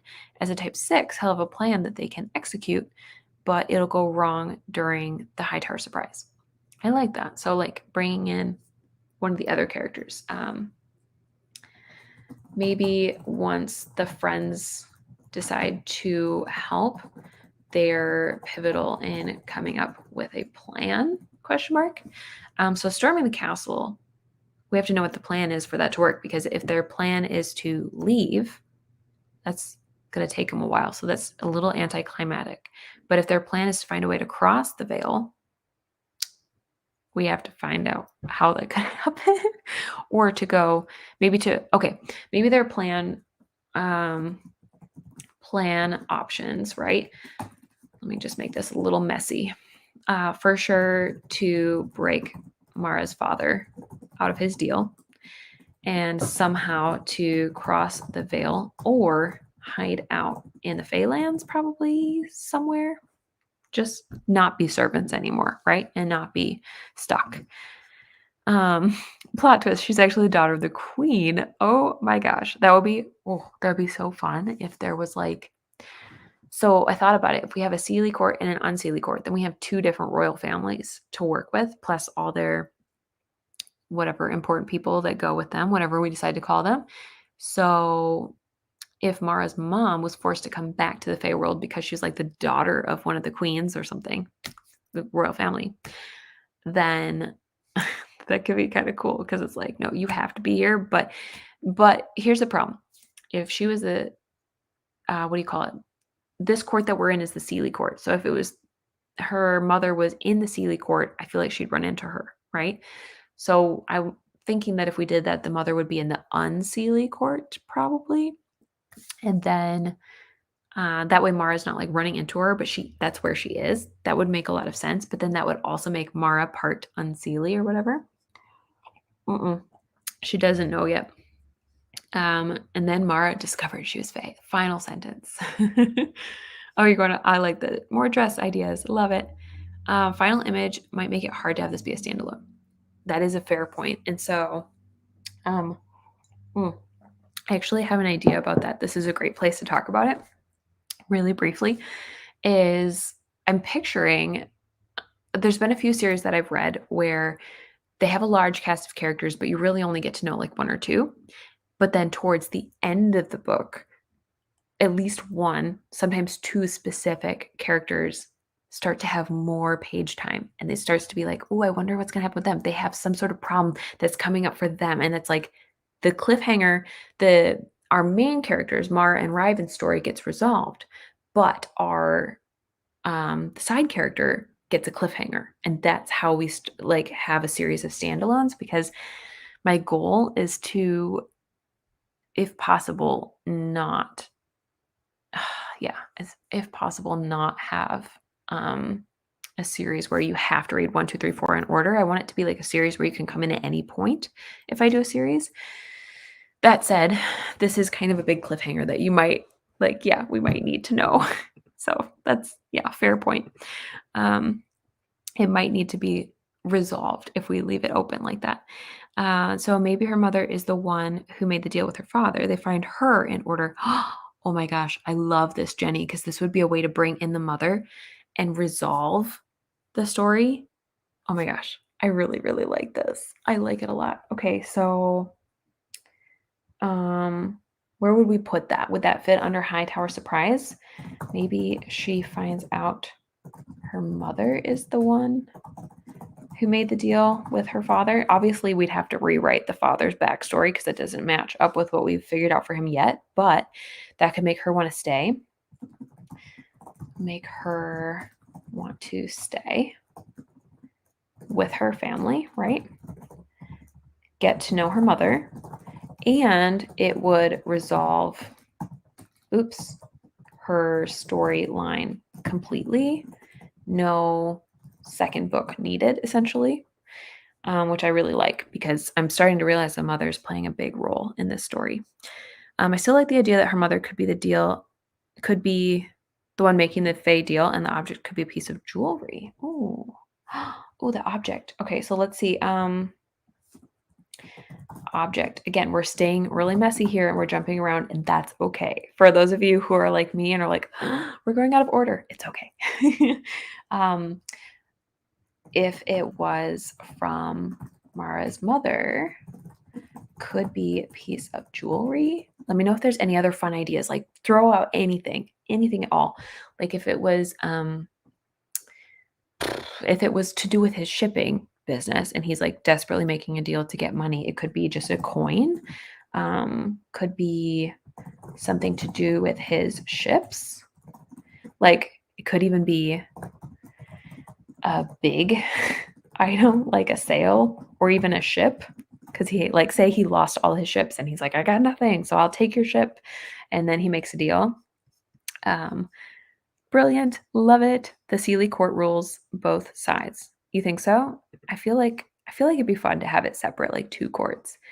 It gives more options, but you're right that the Seelie court might have some extra authority because of that truce that we decided in the survey. Remember the truce where the Riven and his friends are forced to come over to the Seelie side from the unseelie side as part of a truce.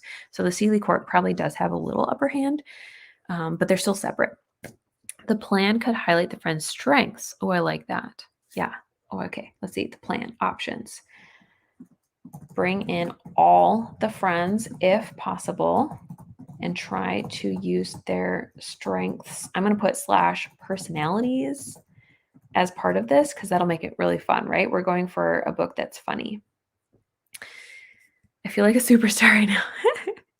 Are the Seelie court and unseelie court in the same area? I don't think so. I think they'd have to be separate-ish enough that they can't just like jump back and forth. But then again, if the mother's showing up at the end of the book, then maybe they have to be at least semi-close, right?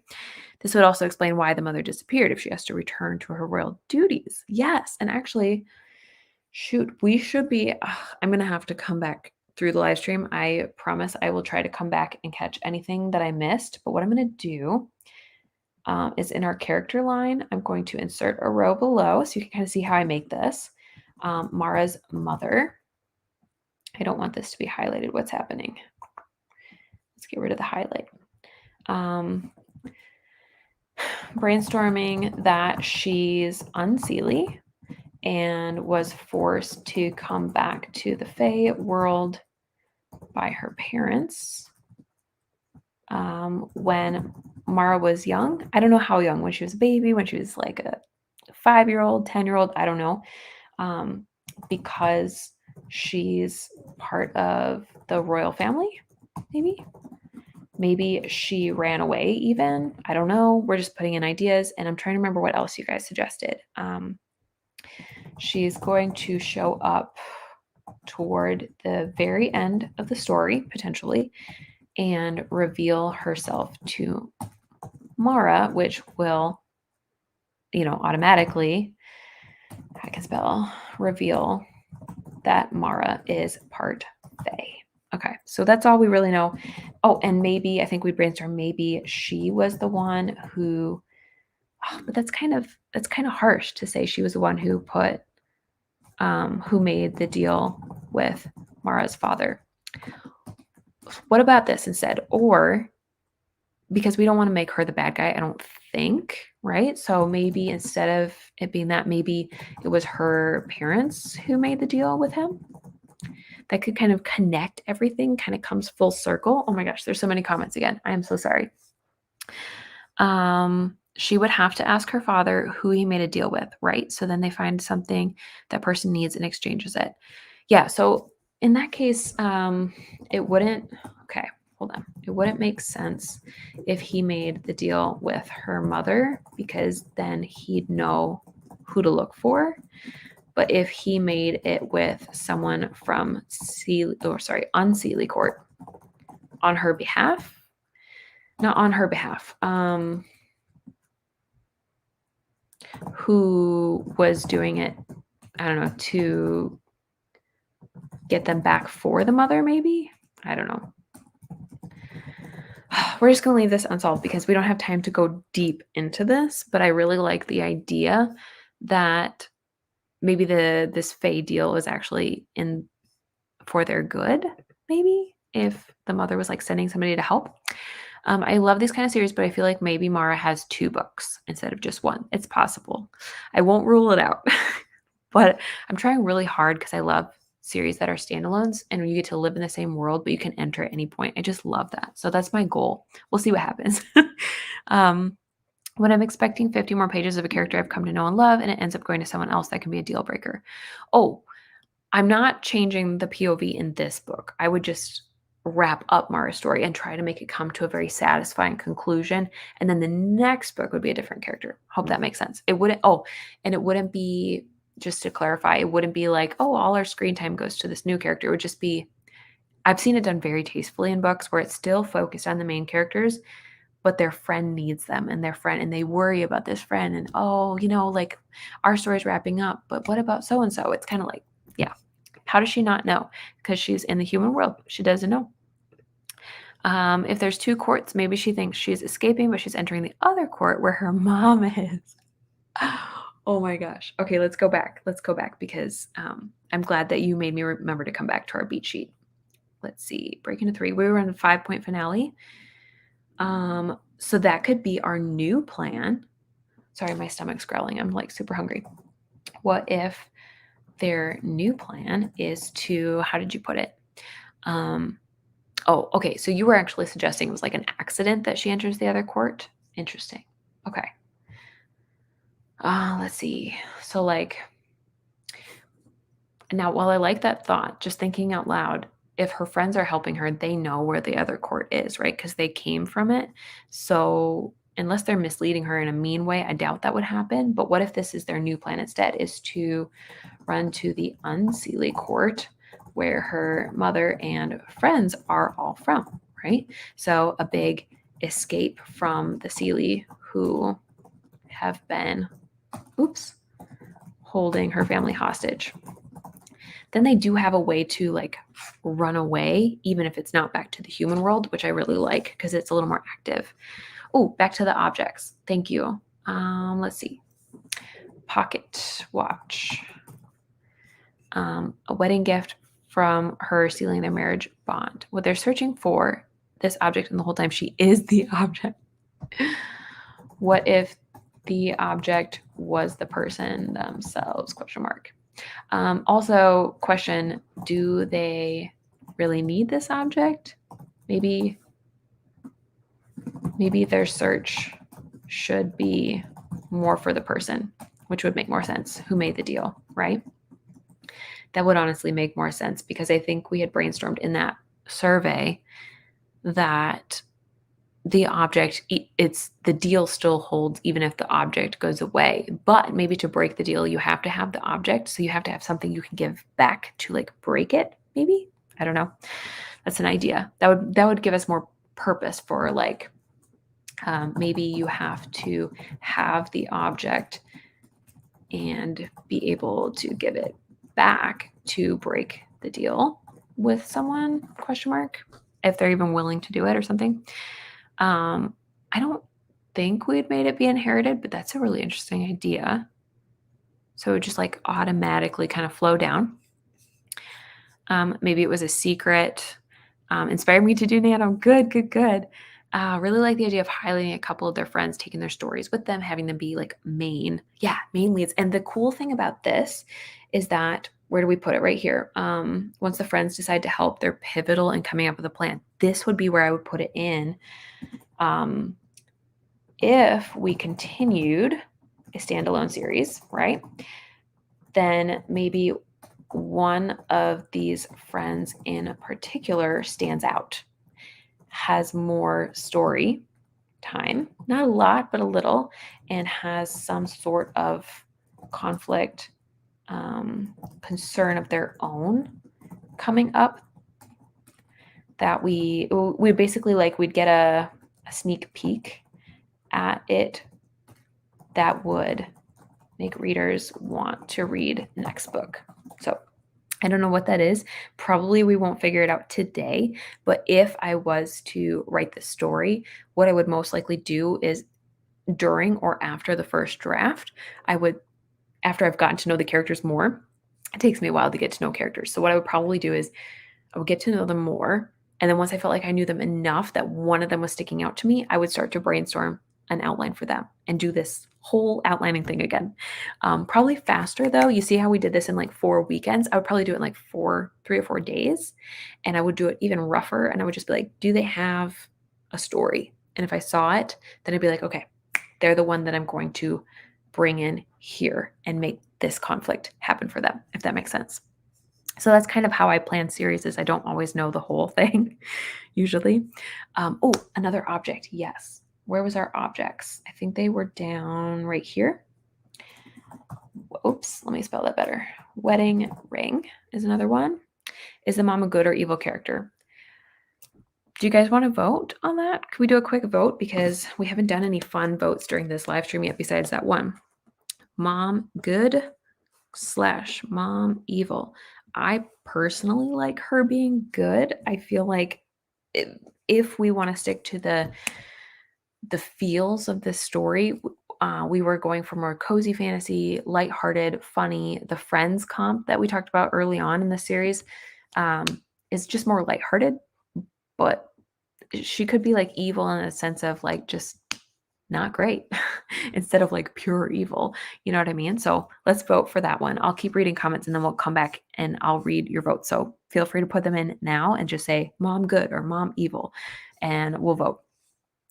In the summer solstice of, this is like another book, I'm assuming. Okay. I'm not going to read that too closely because I hate the idea of copying other books. If that's another book, I want to be careful not to steal from another author, but that is a cool idea. Maybe they were married and she begged him not to use her deal to save his ships and she needed to go home to make the deal come to life. Okay. Maybe she made the deal with her father because she wants them to be with her. Okay, so that's leading her to be slightly more evil, but like good intentions, even if it wasn't a great way to make it happen. I feel like if it was her, the mother making the deal, she would just come get them, honestly. So I'm leaning towards it being someone else acting on the mother's behalf, and she didn't want this because she's like, this is a mean way to make it happen. Because the deal is not making them come to her court, the deal is making them come to the other fairy court and making them be essentially slaves, right? Or servants. So I almost feel like it should be somebody who doesn't like the mother. Like, say the mother is a princess or whatever in the unseelie court. Then somebody in the seelie court, the opposite court, who has it out for her is like, I'm going to get your family. I'm going to get them, kind of like that. I feel like that would make more sense if you know what I'm saying. But I'm open to it. Let's keep going. Maybe in the opening scene, Mara's sisters tease her that the mother's the tooth fairy. Then when they find that she's actually Fae, they're shocked. Like the grandparents being the one that made the deal, like an older uncle enforcing it. Let's see, maybe the mom made the deal to help them get into the Fae world. Otherwise, she'd never get to see him again. Like if she's stuck there. She also could use the deal to lure Mara in to get to know her. I like backstories, especially ones that talk about parents. Yeah, so this will be fun to bring in her parents. No way, that's awesome. Thank you. You're so funny. I love it. Those shakes. I don't even remember. Oh, I know what you're talking about. No, I haven't in a long time. I feel bad. You feel free to run to the kitchen and grab a snack. But I'm going to get lunch after this. Or not lunch. I had lunch, but I'm going to get a snack. Maybe there's more than one veil and they glamour the veil leading to the other court to look like the one to the human world. That's an interesting idea. It could be an enemy of Mara's. Oh my gosh, I'm missing so many comments. Let me skip ahead. This is all so good. So I'm going to come back and try to add some of this to the doc, but let's do the votes quick. We have 1 vote for good mom, 1 vote for evil, 1 vote for good, and then we have a neutral. So let me add a column for neutral. And good. There's 2 more. 1, 2. That's a long paragraph. I don't know what we're talking about. Anti-villain. So you're talking good. Good. This is a brooch or a locket for the object. Brooch, locket. Another vote for good. Another vote for good. Another vote for good, but still unseelie. Yeah, I like the idea of the unseelie not being all bad. And it's just like you enter this world in the Seelie court, and the Seelie all call them bad. So Mara's like assuming that they're all bad, and then she learns that, wait a minute, no, they're just different. They're just different, Faye. She's good, but was forced to make the deal by somebody else. I like that. What is the object? What if it is a wedding ring that's easily exchanged? Okay, so we got 2 votes for that. And I prefer her being good. That's 11 votes if we're tallying up. 12 votes for good. Otherwise, the story becomes something different. Unseelie but good, 3. 14 votes for good. I think we have a winner. Maybe the father is the evil one, and he's the one who made the deal. So yeah, like a bad relative made the deal, ? Or I should be writing this in the doc. Sorry, I'm used to pen and paper. Or I'm going to put foe or enemy, whatever. That's the same thing. Bipolar, mom good. So that's 2 more votes, 1, 2. You can't be unseelie and good. That's what she thinks, but I don't agree with that. I think in this story world, I'm going to make it that the 2 courts are just like anywhere else in the world. Like one country, in this case, the Seelie court is like, they're all evil, but the other court is not evil. They're just the enemy, and they're being portrayed that way. Does that make sense? Mom good, and another one for good. That's 1, 2. We're at 18 votes for good, so I think we're pretty confident. Yeah, if the mom was evil, it would reinforce Mara's lie. That's true. I'll put 1 vote for evil. Could she be evil like in the Cinderella story, where like mostly selfish and greedy? Yeah, so selfish, greedy. 2 votes for good. 1, 2. We're at 20 now. No one likes trickster or neutral. Sorry, that's 1 vote for neutral. Morally gray. Oh yeah, that's another word for it. Morally gray. Another vote for that. unseelie are bad, they can be, but not in this world. I don't want to do that. I want it to be like you just don't realize, like, just like anyone else in the world, nobody is pure bad or pure good. I don't want to do that. Let's see, old boyfriend. I don't know what you're referring to. Are you thinking of like who made the deal? Because we do still have that crush from the very first live stream that you guys were, if you were here at the first live stream, you might remember that we were like, maybe he's the bad guy. Maybe he's the one who made the deal. So that could be crush made the deal. I think we're going to call it on the vote because as you can see here, we've got 20 tallies for mom being good, 4 for evil, 2 for neutral. And then here's some of the ideas in my scribbly handwriting for who it could be that actually made the deal. And I do like that the crush could do it, because what if the crush from the very beginning ends up being Seely? He made the deal with her dad, and oh my gosh, it'd be really funny if he was still on the other side, so they literally can't find him. That could be another high tower surprise moment. Coming back to our brainstorming. So we don't really have storm the castle yet, but this would be, so we need details, but essentially it's obvious that they're trying to find the Fae who made the deal specifically, right? So Fae who made the deal could be, I think we've got my list here, so I'm going to add it in. It could be the mother, but we kind of brainstormed that although she, like, this wouldn't really fit her goals because she's in the unseelie court and Mara's family is brought to be like slaves / servants in Seely court, right? So that doesn't totally make sense. Could be mother's parents, could be a foe of the mother who's in the Seely court and wants to hurt her by hurting her family. Could be the crush from the beginning. Okay, sorry. I've tried to write that as fast as possible. The love interest and friends are unseelie. Yes, so they are good. See, this is another reason that they are good. And I just want people to look down on them and call them evil. And then Mara's like, wait, but they're not though. So it's one of those perfect examples of how the world calls people evil, but nobody's really evil. And I hate that. So I think that might be my personal convictions coming out, that you don't call anybody truly evil. And Mara's going to learn that as well. It's like a sub lesson. The evil mom could possibly make a series. I love it. Maybe Mara would have to be queen, and the mother wanted her daughter to live a normal life. So she made a deal where the grandparents like enslave the father once the daughter's grown so that she could like grow up. Okay. The mom is misunderstood. She appears evil, but her intentions are good. Oh, these are still more votes. Okay, another vote for evil. All right, so we're going to keep going because we need to get to our storyline. But I put this on the screen, so I should read it. Maybe the mother wanted to make the deal with the father because she heard he was about to make a deal with the Fae that was really bad. But so far, the deal he made is really bad. Oh, the neighbor lady. She, oh my gosh, could also be the neighbor lady. Oops, from the beginning, right? So then, like, when she was telling Mara, some creeps took your family. I don't know who they are. She's like, actually, I do know. It was me. I set it up. You know, like, that'd be terrible, but funny. Okay. I think that's outside, but there's like a beeping coming from somewhere. Just gonna check on Zion. Okay, he's still sleeping. That's all that counts. I can ignore the beeping as long as he's good. Okay, let me pause on this because we still have some story beats, and then we really need to get them figured out before we get too much more detailed. Dig down deep.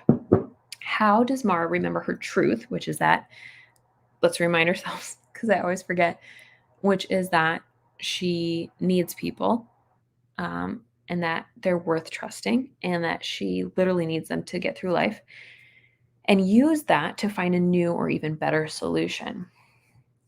Maybe one option, right, is asking her friends for help again. because obviously that would be learning her truth. But another option, if her mother's there, because I'm literally looking at this line where it's like maybe she finds out her mother's there and she literally ran into her.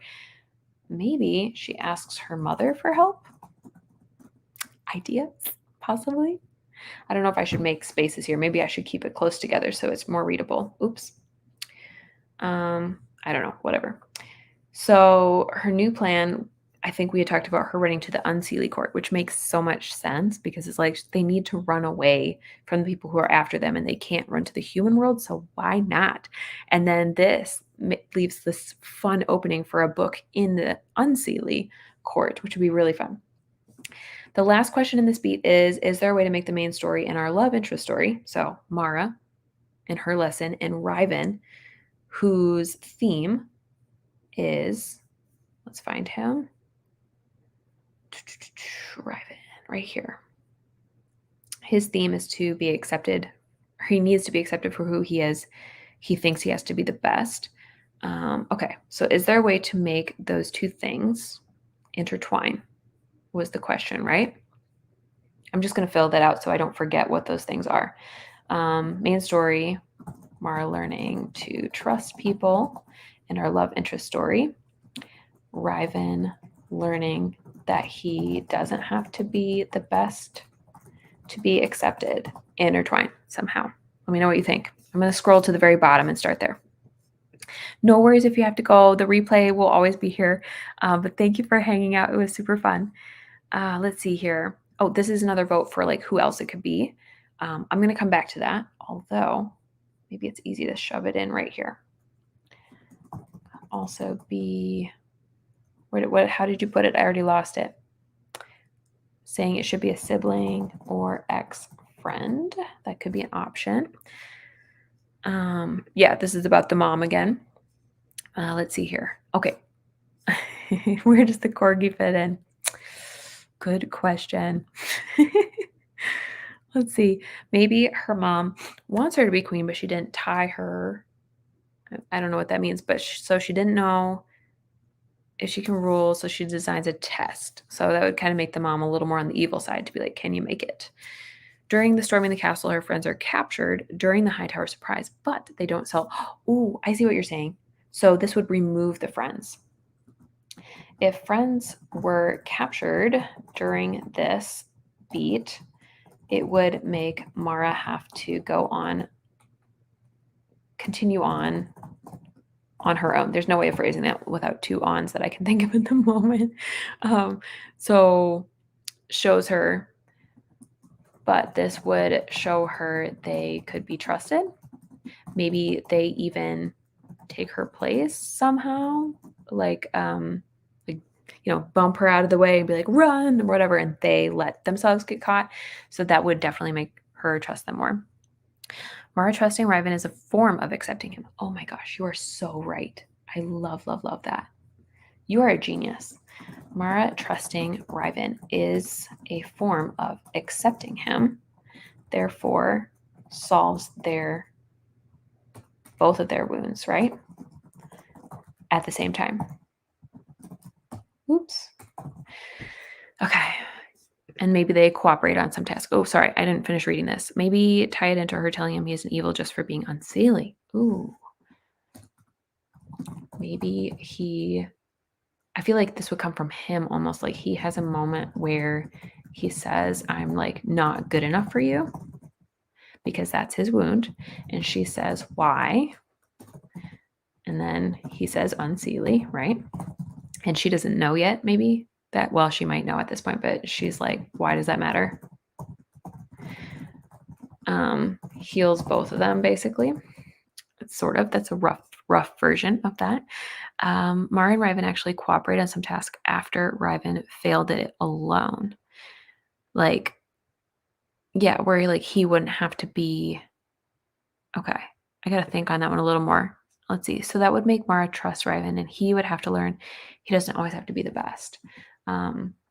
If she needed to ask him for help on something specific, which would be running to the Seelie Court, like such as how to get to Unseelie Court, she's trusting him and he's able to do it, but maybe he's okay asking for help too. I don't know. That's going to be tricky. Okay, not being good enough. I don't know if that really fits, but we're going to leave it at that because we got to keep going. We still have a whole beat to do, and my son can wake up any second. So let's pause here. I'm not going to read that because I can come back and read comments, but let's go to the last beat. Our final image, and resolution. Just like the opening image, this one is visual, meaning we need to avoid multiple scenes if possible, unless they're connected. And we also want to show instead of tell in this beat.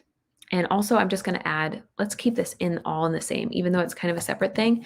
If possible, it's really cool to make a mirror image from the beginning. So our beginning was Mara fighting with her family, right? So it could be, let's see, show, right? We're going to start with that. Show a visual scene of Mara not fighting with her family to kind of mirror and show how opposite it is. That's a very, very vague explanation, but let me know if you have more details for that. Let's see here. Opening image, one visual, showing instead of telling, and we are showing that they got to the Sealy court, I'm assuming, right? So let me back up. Show a visual scene of Mara and her family arriving in the, on Sealy. This is going to get confusing. On Sealy court, and maybe some differences in it. Like, for example, since we brainstormed trees, what if the unseelie live up in the trees instead of underneath them? Like the Sealy court is all underground, under the roots of the trees, and they enter through the fairy trees. But then the unseelie court, the dark court, or whatever that Ryvan is from and Mara's mother is from, is like also fairy trees in another part of the forest or whatever, but they go up into these massive trees and they live inside and up. I don't know. That's an idea. That might be crazy. Like up in the trees themselves. I don't know, question mark. And specifically show her not fighting with her family. That would be the mirror image part. Oops, let's make this a check mark again. There we go. Ask how, I should come back to the comments. Let's see here. Let's finish work before playing. Yes, especially because I would feel terrible if we didn't finish brainstorming today. Okay, so let's see. The mother showing up and says, "You're one of us, Mara." Dun, dun, dun. Maybe the deal the father had to protect Mara from her mother's Fae enemies when she dated the crush, and the punishment was the father getting taken. But I also like the grandfather or the rival idea. That's a good idea. Yeah. Okay, so let's see here. Give me 1 second. All right, next question. Let's keep brainstorming. How has our main character truly learned their truth? Which, once again, let's add it in here. Mara's truth, to trust and be vulnerable. Now, and more specifically, that trusting and being vulnerable is worth it, necessary. Something like that. I don't know. Try to show this transformation here and contrast it to how she started in the beginning. So for me personally, I might actually not stress too much about brainstorming a beat like this. If you were in the brainstorming mode for your story and you're like, I have to get this exactly right. Like for me, I probably would have to write that opening image before I knew how to contrast it. You know what I mean? So we can do bare bones though. Transformation and really contrast compared to where she started.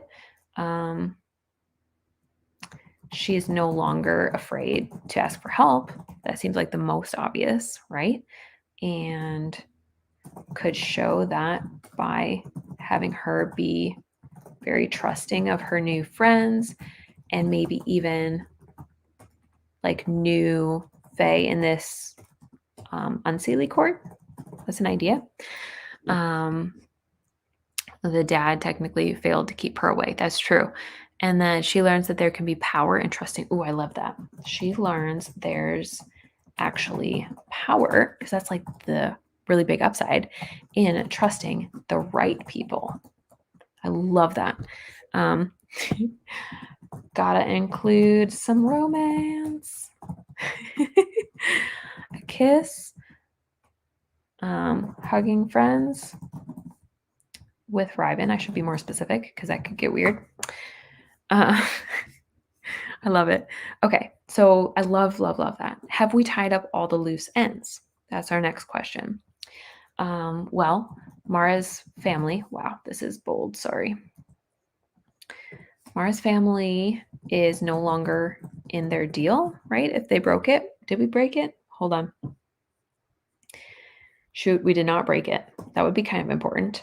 Somehow they do need to break the deal over Mara's father. So there's really three options. One, he dies, which would be kind of dark. Not necessarily the best mood for the story. Two would be the Fae who made the deal dies. Also kind of dark. Or three could be they agree to break the deal together. And then how would they do this? This might be a question we could do one final survey if you guys want, but some examples off the top of my head. Mara's mother makes the other Fae, whoever it is, they no longer want the deal themselves, which would be especially true if it was Mara's mother who made the deal. Or I had a third option and now it's gone. Hold on. This is why I like to write down everything. What was it? Before I look at the comments, because I'll get so sidetracked and I know you guys have amazing ideas, so I'm coming. What was it? Mara's mother makes the other Fae. I lost it again.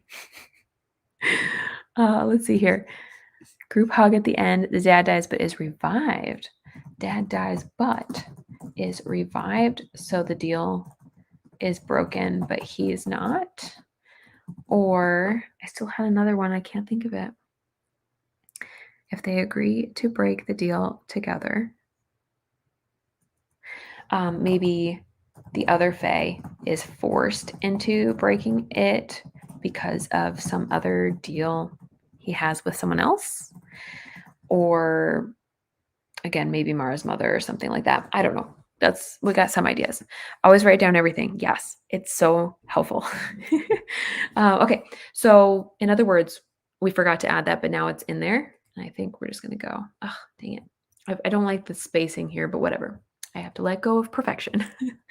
So coming back to here, have we tied up all the loose ends? Mara's family is no longer in the deal. We've found her mother, right? I feel like that was a big loose end, so it feels really good to find that. What other loose ends do we have? Help me out here, because I feel like this is where I struggle, is I'm always forgetting about loose ends, and then I work with my beta readers, and they're like, what about so-and-so? I'm like, oh yeah, I forgot about them. This actually, have we answered all the readers' remaining questions, honestly feels like the same question, so I'm going to put it here. We found her mother. We should tie up the romance somehow, right? Oh gosh. And then I think this goes without saying, but if we were to make it a series, what new plot twist? This would be, we already talked about this, another character. Pick one of the other 4 friends to highlight toward the end and give them their own personal problem to solve. I'm not going to bother getting specific with this with you guys yet, because we don't know these characters. Like, I just don't know. I don't know which one it would be. I love them all, but it could be fun. Oh yeah, or good point. I just saw this. Or one of the siblings? Question mark. And this is, yeah, a good question. Do they stay in the Fae realm? I don't know. Do they stay in the Fae realm? Question mark. Maybe they want to now. I can spell that. Let's see here. Maybe the deal was bringing the family back together. And since the family wasn't taken together, aka with Mara, the rest were taken. But the deal is taken by the mother being reunited with everyone. The only loose ends would be related to the friends and their spin-off books, which I think is okay. That's something I should point out is like, if you do want a series, this is the strategy for series, is wrap up the questions you started early on, but it's okay to add questions at the end as long as the initial story that has been going on is fully wrapped up. I think that's the sense of it. Or like the initial problem, because sometimes not the whole story is wrapped up in series, but you'll notice that whatever problem they start out with, they wrap up at least that initial problem. You were talking about, let's see, you're referring back to this one. Deal is broken. Is broken by the mother. I see what you're saying. Okay. Gotcha.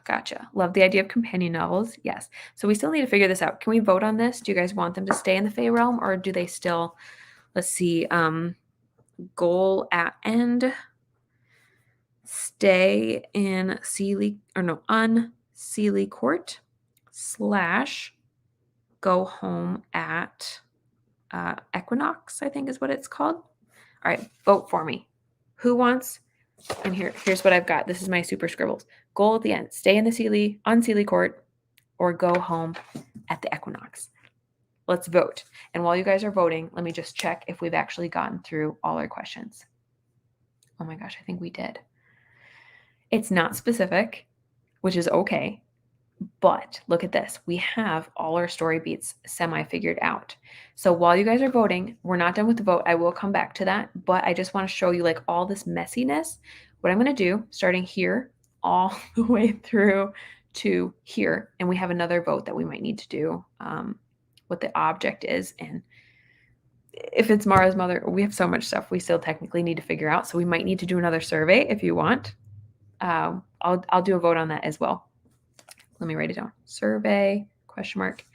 One more survey. But what I will do is potentially after a survey, I will go into the final section right here and this like more pretty version, and I will go ahead and update these 3 last beats right there.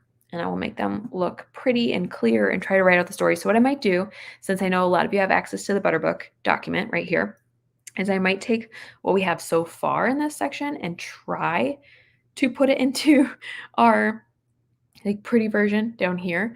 But I do think there's going to be a lot of questions. So yes to another survey. I saw another survey, please. Yes to another survey. Okay. I think we're going to need it because there's so many good options. Like with Mara's mother, some things do flow together though. Like we were kind of figuring out like Mara's mother, if she's the bad guy, it changes everything. So maybe not. Maybe it should be somebody who's against her because that makes more sense. So like some of it, I think we kind of figured out. Okay, let's come back to the vote. Oh my goodness, there's so many. Okay, here's the first one that I see. Stay in the Unseelie Court. 1. Unseelie. 1. Stay. 3. I think that's supposed to be stay. Unseelie. That's 5. Stay. That's 6. I'm not seeing any votes for going home. Another one for stay. Another one for stay. Oh, that was like, okay, just fixing the typo. Stay. Go back to real world. First vote for that. But a new normal in that she has minor powers, makes life easier. Stay in Unseelie. Another one for stay. And you're right, it does leave room for future stories because all her friends are Fae. So that is a very good point. Yes to another survey. Love it. Stay with the realization she can't return again until the veil opens. So it's more like a stay temporarily, enjoy this court, see what happens. We're not like moving right now, but we're staying happily. Is that kind of what you're talking about? Another vote for stay. Yes to another survey. Stay. We have 16 votes for stay. I'm just going to show you our votes here because I think it's another one of those very clear votes, which I love. So let's go ahead and go back to our messy outlining. Let me see here. Messy. Where's messy? No, sorry. Final image. Let's see. Have we tied up all the questions? We voted almost unanimously. How do you spell unanimously? Like that? That they decide to stay, at least temporarily.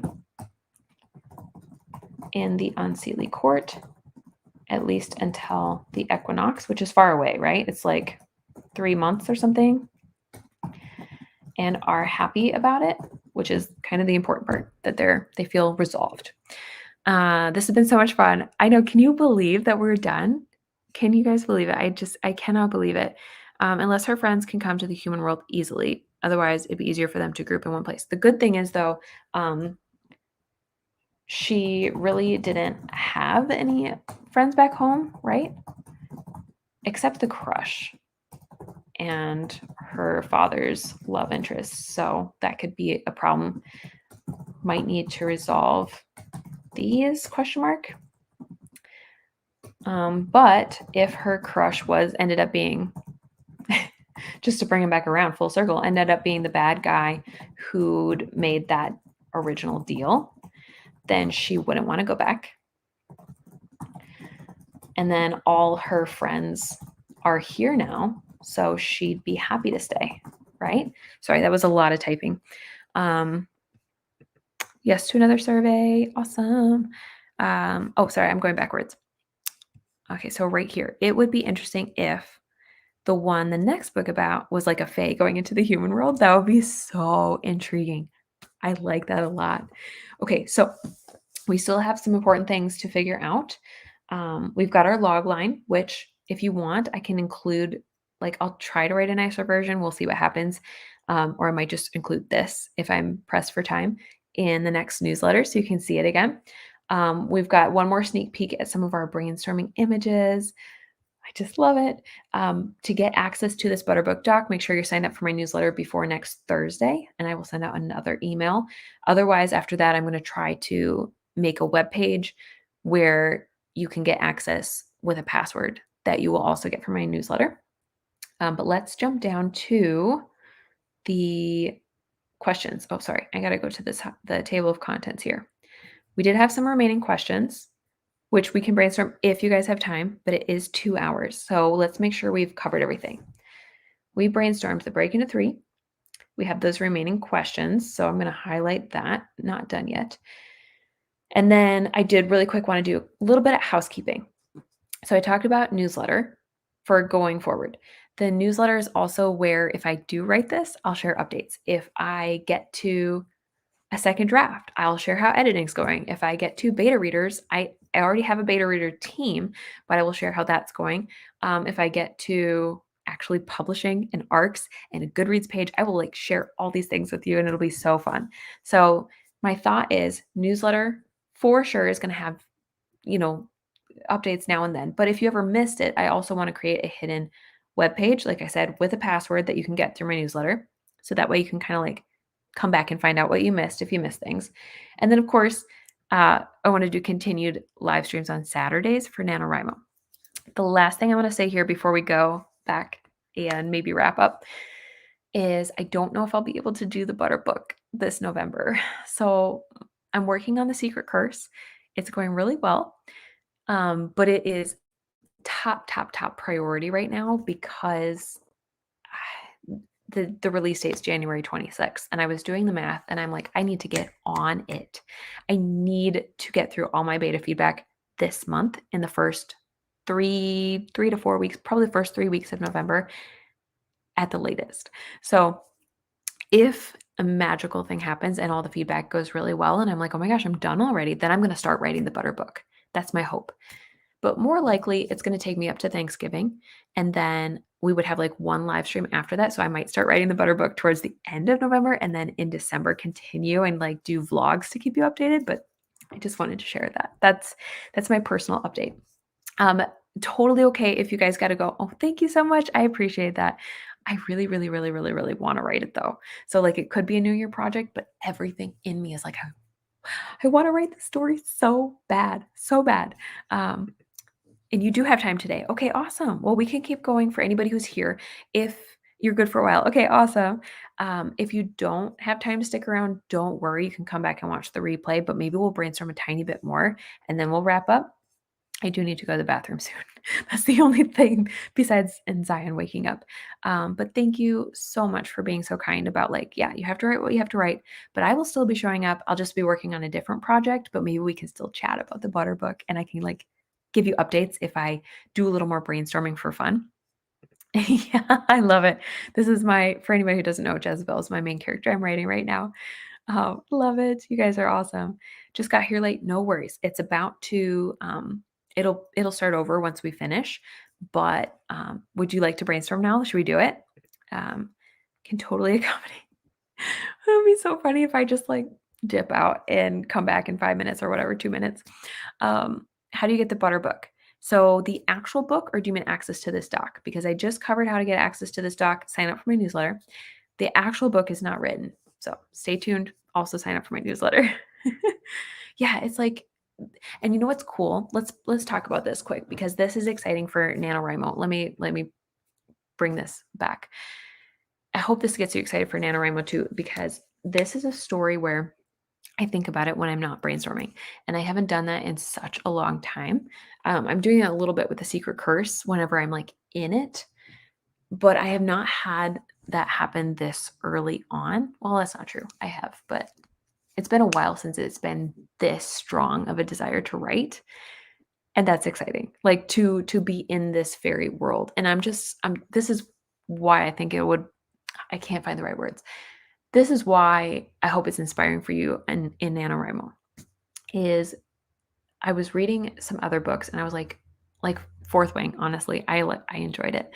And what else did I read recently? There was a Fae book I read recently by Rachel Shader, The Castle of something. Shoot, it's on my phone. The Castle of Dusk and Shadows or something like that. It was a Fae world, and I'm like, man, I wish I could just be in this world longer. And it just hit me like I can. And I was actually feeling that way about this butter book. Is like I wish I could just be in this world longer. And that is the upside of being writers is that we can just live in this world and we can like be in these stories that we love so much longer. And so that's one of the benefits of choosing those tropes, which let's come back to our tropes and actually start there for our final brainstorming is did we actually get forced proximity, touch her and die? I don't know. I don't think we got all of our tropes in there yet. So that could be a good place to start. But I have an idea for that. Forced proximity. That was kind of our library moment, right? Sorry, I'm changing vibes really fast. But coming back to what I was just saying, love that energy when characters invade your brain and you just can't think about anything else. Like that is a sign that you have a good story, is when you are excited about it.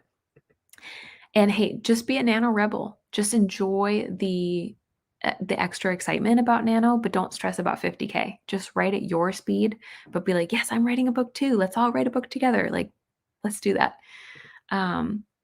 Yeah, be a Nano rebel. Why not? Because being a Nano rebel means you're literally just working on your story at your pace, doing whatever you want, and not caring what other people think, but you're enjoying the inspiration of other writers. Okay, so coming back to this, you're talking about the trope, Janine. When you talk about the touch her and die or the forced proximity, I think you're talking about the tropes. Touch her and you stop being alive. No, so touch her and die is a romance trope that essentially is a very protective guy who's like, don't you hurt her, I will mess you up. Like that kind of vibes kind of thing. So if we were to just scroll through our beats here, Riven has like 2 points that we've brainstormed so far, which is not the catalyst. She hasn't met him yet. The kind of in the fun and games. At some point, she was going to meet him, like right here. So possible place for touch her and die, ? But probably not. I'm thinking probably not because he doesn't know her well enough to have that kind of protective, unless he's really great. I'm going to highlight this so I don't miss it later, and hopefully I'll remember to add it to our less messy version. Another spot could be, let's see here. The midpoint's kind of about finding her family. So maybe in the bad guy section, things are going bad. So what if she's found hiding, captured, locked up, possible place for touch her and die from Riven protecting her right here. This could be another great place. Okay, so I'm going to highlight that. And then let's see. So in All Is Lost, she is face planting into the veil. So the veil, he can't like threaten the veil. So that doesn't work. Dark Night of the Soul is her reflection beat. Break into 3. She realizes she needs to trust people. So it's kind of a more positive beat. But here in the 5-point finale, where did we have it? When they're storming the castle, if her friends were captured during this beat, another possible place for touch her and die. And again, this is from Riven, just to be super clear. So there we go. We just added a couple possible spots. What if he thinks she's trying to steal something and uses some imaginary fairy handcuffs so she can't get very far from him? So you're talking, this is the forced proximity, right? So let's see. I love that. That would be back when she meets him, or maybe more like here. Possible place to instigate, that's not the right word, but whatever, the forced proximity, question mark. Maybe he uses some kind of spell to force her to stay close, question mark, or locks her in the library because we love our libraries and why not? I don't know. This could be possibly, I'm going to put a little comment here in the doc, possibly do survey on this to choose how he, what do you say? How he, I don't know, does the forced proximity. Another option is to use the fact that he is a debt collector and therefore maybe he is in charge of Mara's family. And so she has to, I don't know, get in with him somehow. Yeah, forced proximity. Okay, good. That's what I thought you were talking about. Avi had a great idea that the neighbor lady is the crush's mom and they were working together. Thank you. I missed that. Where the heck was that beat? I'm trying to remember. Was that in the break into 3? Oh my gosh, we've brainstormed a lot today and it's getting so messy, which I love, but it gets a little complicated. Okay, or could be the neighbor. Wait, you are talking about the who made the deal, right? I hope so. Neighbor lady and the crush, who could be her son, working together. I like that. Yay, nice. I love it. Yay. Another cool thing, if you don't like the nano site, is a website called Pacemaker. And I have a whole video here on YouTube if you guys are curious for another website that does a ton of tracking and it's free. It is super motivating. I agree. Okay, so those things, we brainstormed that. Let's keep going, see if we can get like 1 or 2 more. Here are our remaining questions. And I did put one final survey, and you guys, it sounds like that's a yes. So for final survey, if possible. So let's go ahead and like try to think of 2 or 3 possibilities for each thing. Let's start with a really easy one for fun. Mara's 2 sisters, they need names. And they need like wants and needs and misbeliefs potentially. I don't know if they do yet. Actually, I'm going to just say names for right now because I don't know if we're actually going to see them a lot in the story. So let's start with that. Let me know if you guys have any fun names, especially if they sound like fairy names. And then let me go ahead and try to think of a few more. I'll put sister number 1, sister number 2. Or I could just put that in the survey if you'd prefer. Let's see here. But it'd be fun if you guys give me a bunch of options and then I'll put those options in the survey if you want. If you're like, no, I've done enough brainstorming trying to figure out names, I'm out, that's okay too. Let's see here. I see one coming in. Naveen, that's a cool one. Oops, it's all in caps. Hold on. Here we go. Oh, sorry, I think I'm missing something. Let me slow down. Yes, the crush was the one making the deal. Gotcha. And then with a really quick first appearance from the neighbor, like she's a throwaway character, but whoops, she's actually important. I like that. Is there more than one B story character, i.e. the other friends? If so, how do they help our main character learn the truth? So I do think that maybe we've kind of answered this one at this point because we decided that they're not going to have it as heavy of a role in the story until towards the end. So maybe Riven is the only B story character, but potentially, oh, my little guy's up. I think we might have answered this though, that it's just Riven, but the other friends are minor. Like they do play a role in her theme. When was the beat that we brainstormed? In the break into 3, right? Aha moment where she asks for their help too. And maybe also at, what did we call that last one? In the 5-point finale, when they all like sacrifice themselves. So like gathering team, storming castle beats. So I feel like that one might be okay. We have to figure out the details of the merchant's father's business, which of course, I think we also have a new question, that we need to add. Who is the deal with? Okay, is the father's deal with, and then use above list we made, right? So that's going to be like the first question in the survey. It's like, who the heck is he making the deal with? What is their motivation?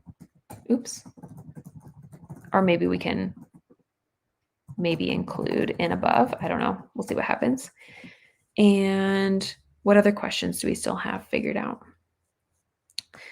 Maybe the crush and the neighbor lady sows seeds of propaganda about the unseelie court and subsequently Maura's mother. Maybe it makes it seem like she was the one responsible. Oh, these are some more names. I like Sophia a lot.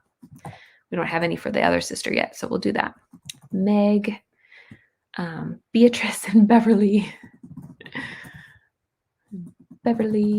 Or we could stick with my, like, everybody had like one letter for a name. Oh yeah, the mother. And mother. Let's see here. What did you say? Delia? I also like Dahlia. That's such a cool name, but I think that I'm liking that because of that vampire show. Sorry, I didn't have the right one on the screen. Cordelia is slightly subtler. I'm thinking you mean for the mother again. Vivian. Why do I like that for the mother so much? That's cool. But it could be a sister. I probably should have just made a list of names instead of like assigning them automatically, but sorry about that. Okay, so what exactly is the fairy deal that the father made? Let's bump this down. Yeah, what are the details? This is basically the same question. What exactly are the details? It's basically the same question. Who is the father's deal with? What is that person's motivation? Probably have to put these two together as well. And what is their motivation? How are the Fae going after the humans as a whole? And I thought it would be interesting. We kind of talked about how it would be the Seelie doing it, and then the Unseelie end up being more good than we realized at first. But we don't know how exactly they're going after them. And then where, this is probably our biggest one that we haven't figured out, is like, where is this friend group and Riven throughout Act 2? Like, how much more can we get them involved in helping Mara? Like, how do they interact? How do they work with each other? I think one of you earlier on said there was like a secret society, and that would be so fun. So I'm going to put that in here. Secret society. They maybe meet up in the library, I think we had talked about. What about Lucy? Oh, is the MC's name Mara? I don't know anymore. That's a good question, if that's her nickname or just her name now. I'm not sure. I kind of like just calling her Mara. Lucy sounds like a middle sister. I don't know why. Was there Vivian and Cruel Prince? There might have been. So we might need to, let's see here. It is one of the many names in a legend. Very fairy sounding character. And we could look up fairy names too. I'm going to just say, look up more fairy names. Start survey with this. That'll be easy. Super fun. Just picking a placeholder name. Okay, but see, I'm letting myself get bogged down in the details, which is not what we want. So let's go ahead and come back to our plan for today. And I think we brainstormed a bunch, and I'm going to put a bunch in a survey. I've talked about what to expect, and I've talked about the live stream. So I think we actually made it through. So I'm really excited to go back through and fill out this section for you guys.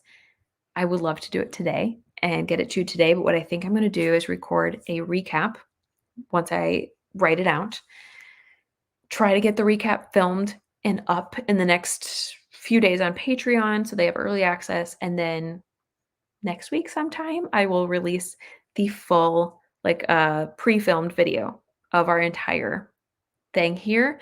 And I'll try, if I have time, because I'm still also editing the secret curse, but I will try to also create that web page with a password protected link and give you access to that in the newsletter. So I will like give you access to everything in the next newsletter, including a video. It's going to be a lot, but it's going to be super fun. Let me come back to this really quick. Part 1, I love the idea of a secret society.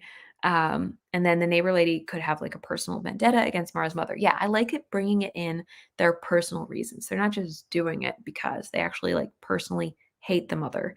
And so that would also explain why she's trying to like get the father to fall in love with her, because she like hates the mom and she's like, I want to, yeah, hurt everybody, revenge. I love that. So anyway, okay, I can't believe we've actually made it to the end. Let me just scroll back up here, and here is our live stream calendar. Here's the dates: November 4th, 11th, 18th, and 25th. Roughly, I'm going to say 12:30 p.m. now because of Zion, and I'm surprised he's not making noise. I could have sworn he woke up. But thank you so much for plotting today. I agree. Can you believe it? I can't believe it. I'm shocked. And this is perfect timing because he is sitting up, just chilling. He's happy, but I should go get him. So thank you for hanging out. I can't believe there's still almost 60 of you here. You guys are the best. I will come back and read more comments like this soon, but I'm going to head out and go get him and just say thank you. I'm so happy we got to brainstorm. This was so much fun. And if you liked it, give it a thumbs up and comment if you have any more ideas in the future. I'll try to keep track of the comments. And wow, I feel weird ending it, but it's been 2.5 hours. So you guys are the best. And I will talk to you again very soon. Bye.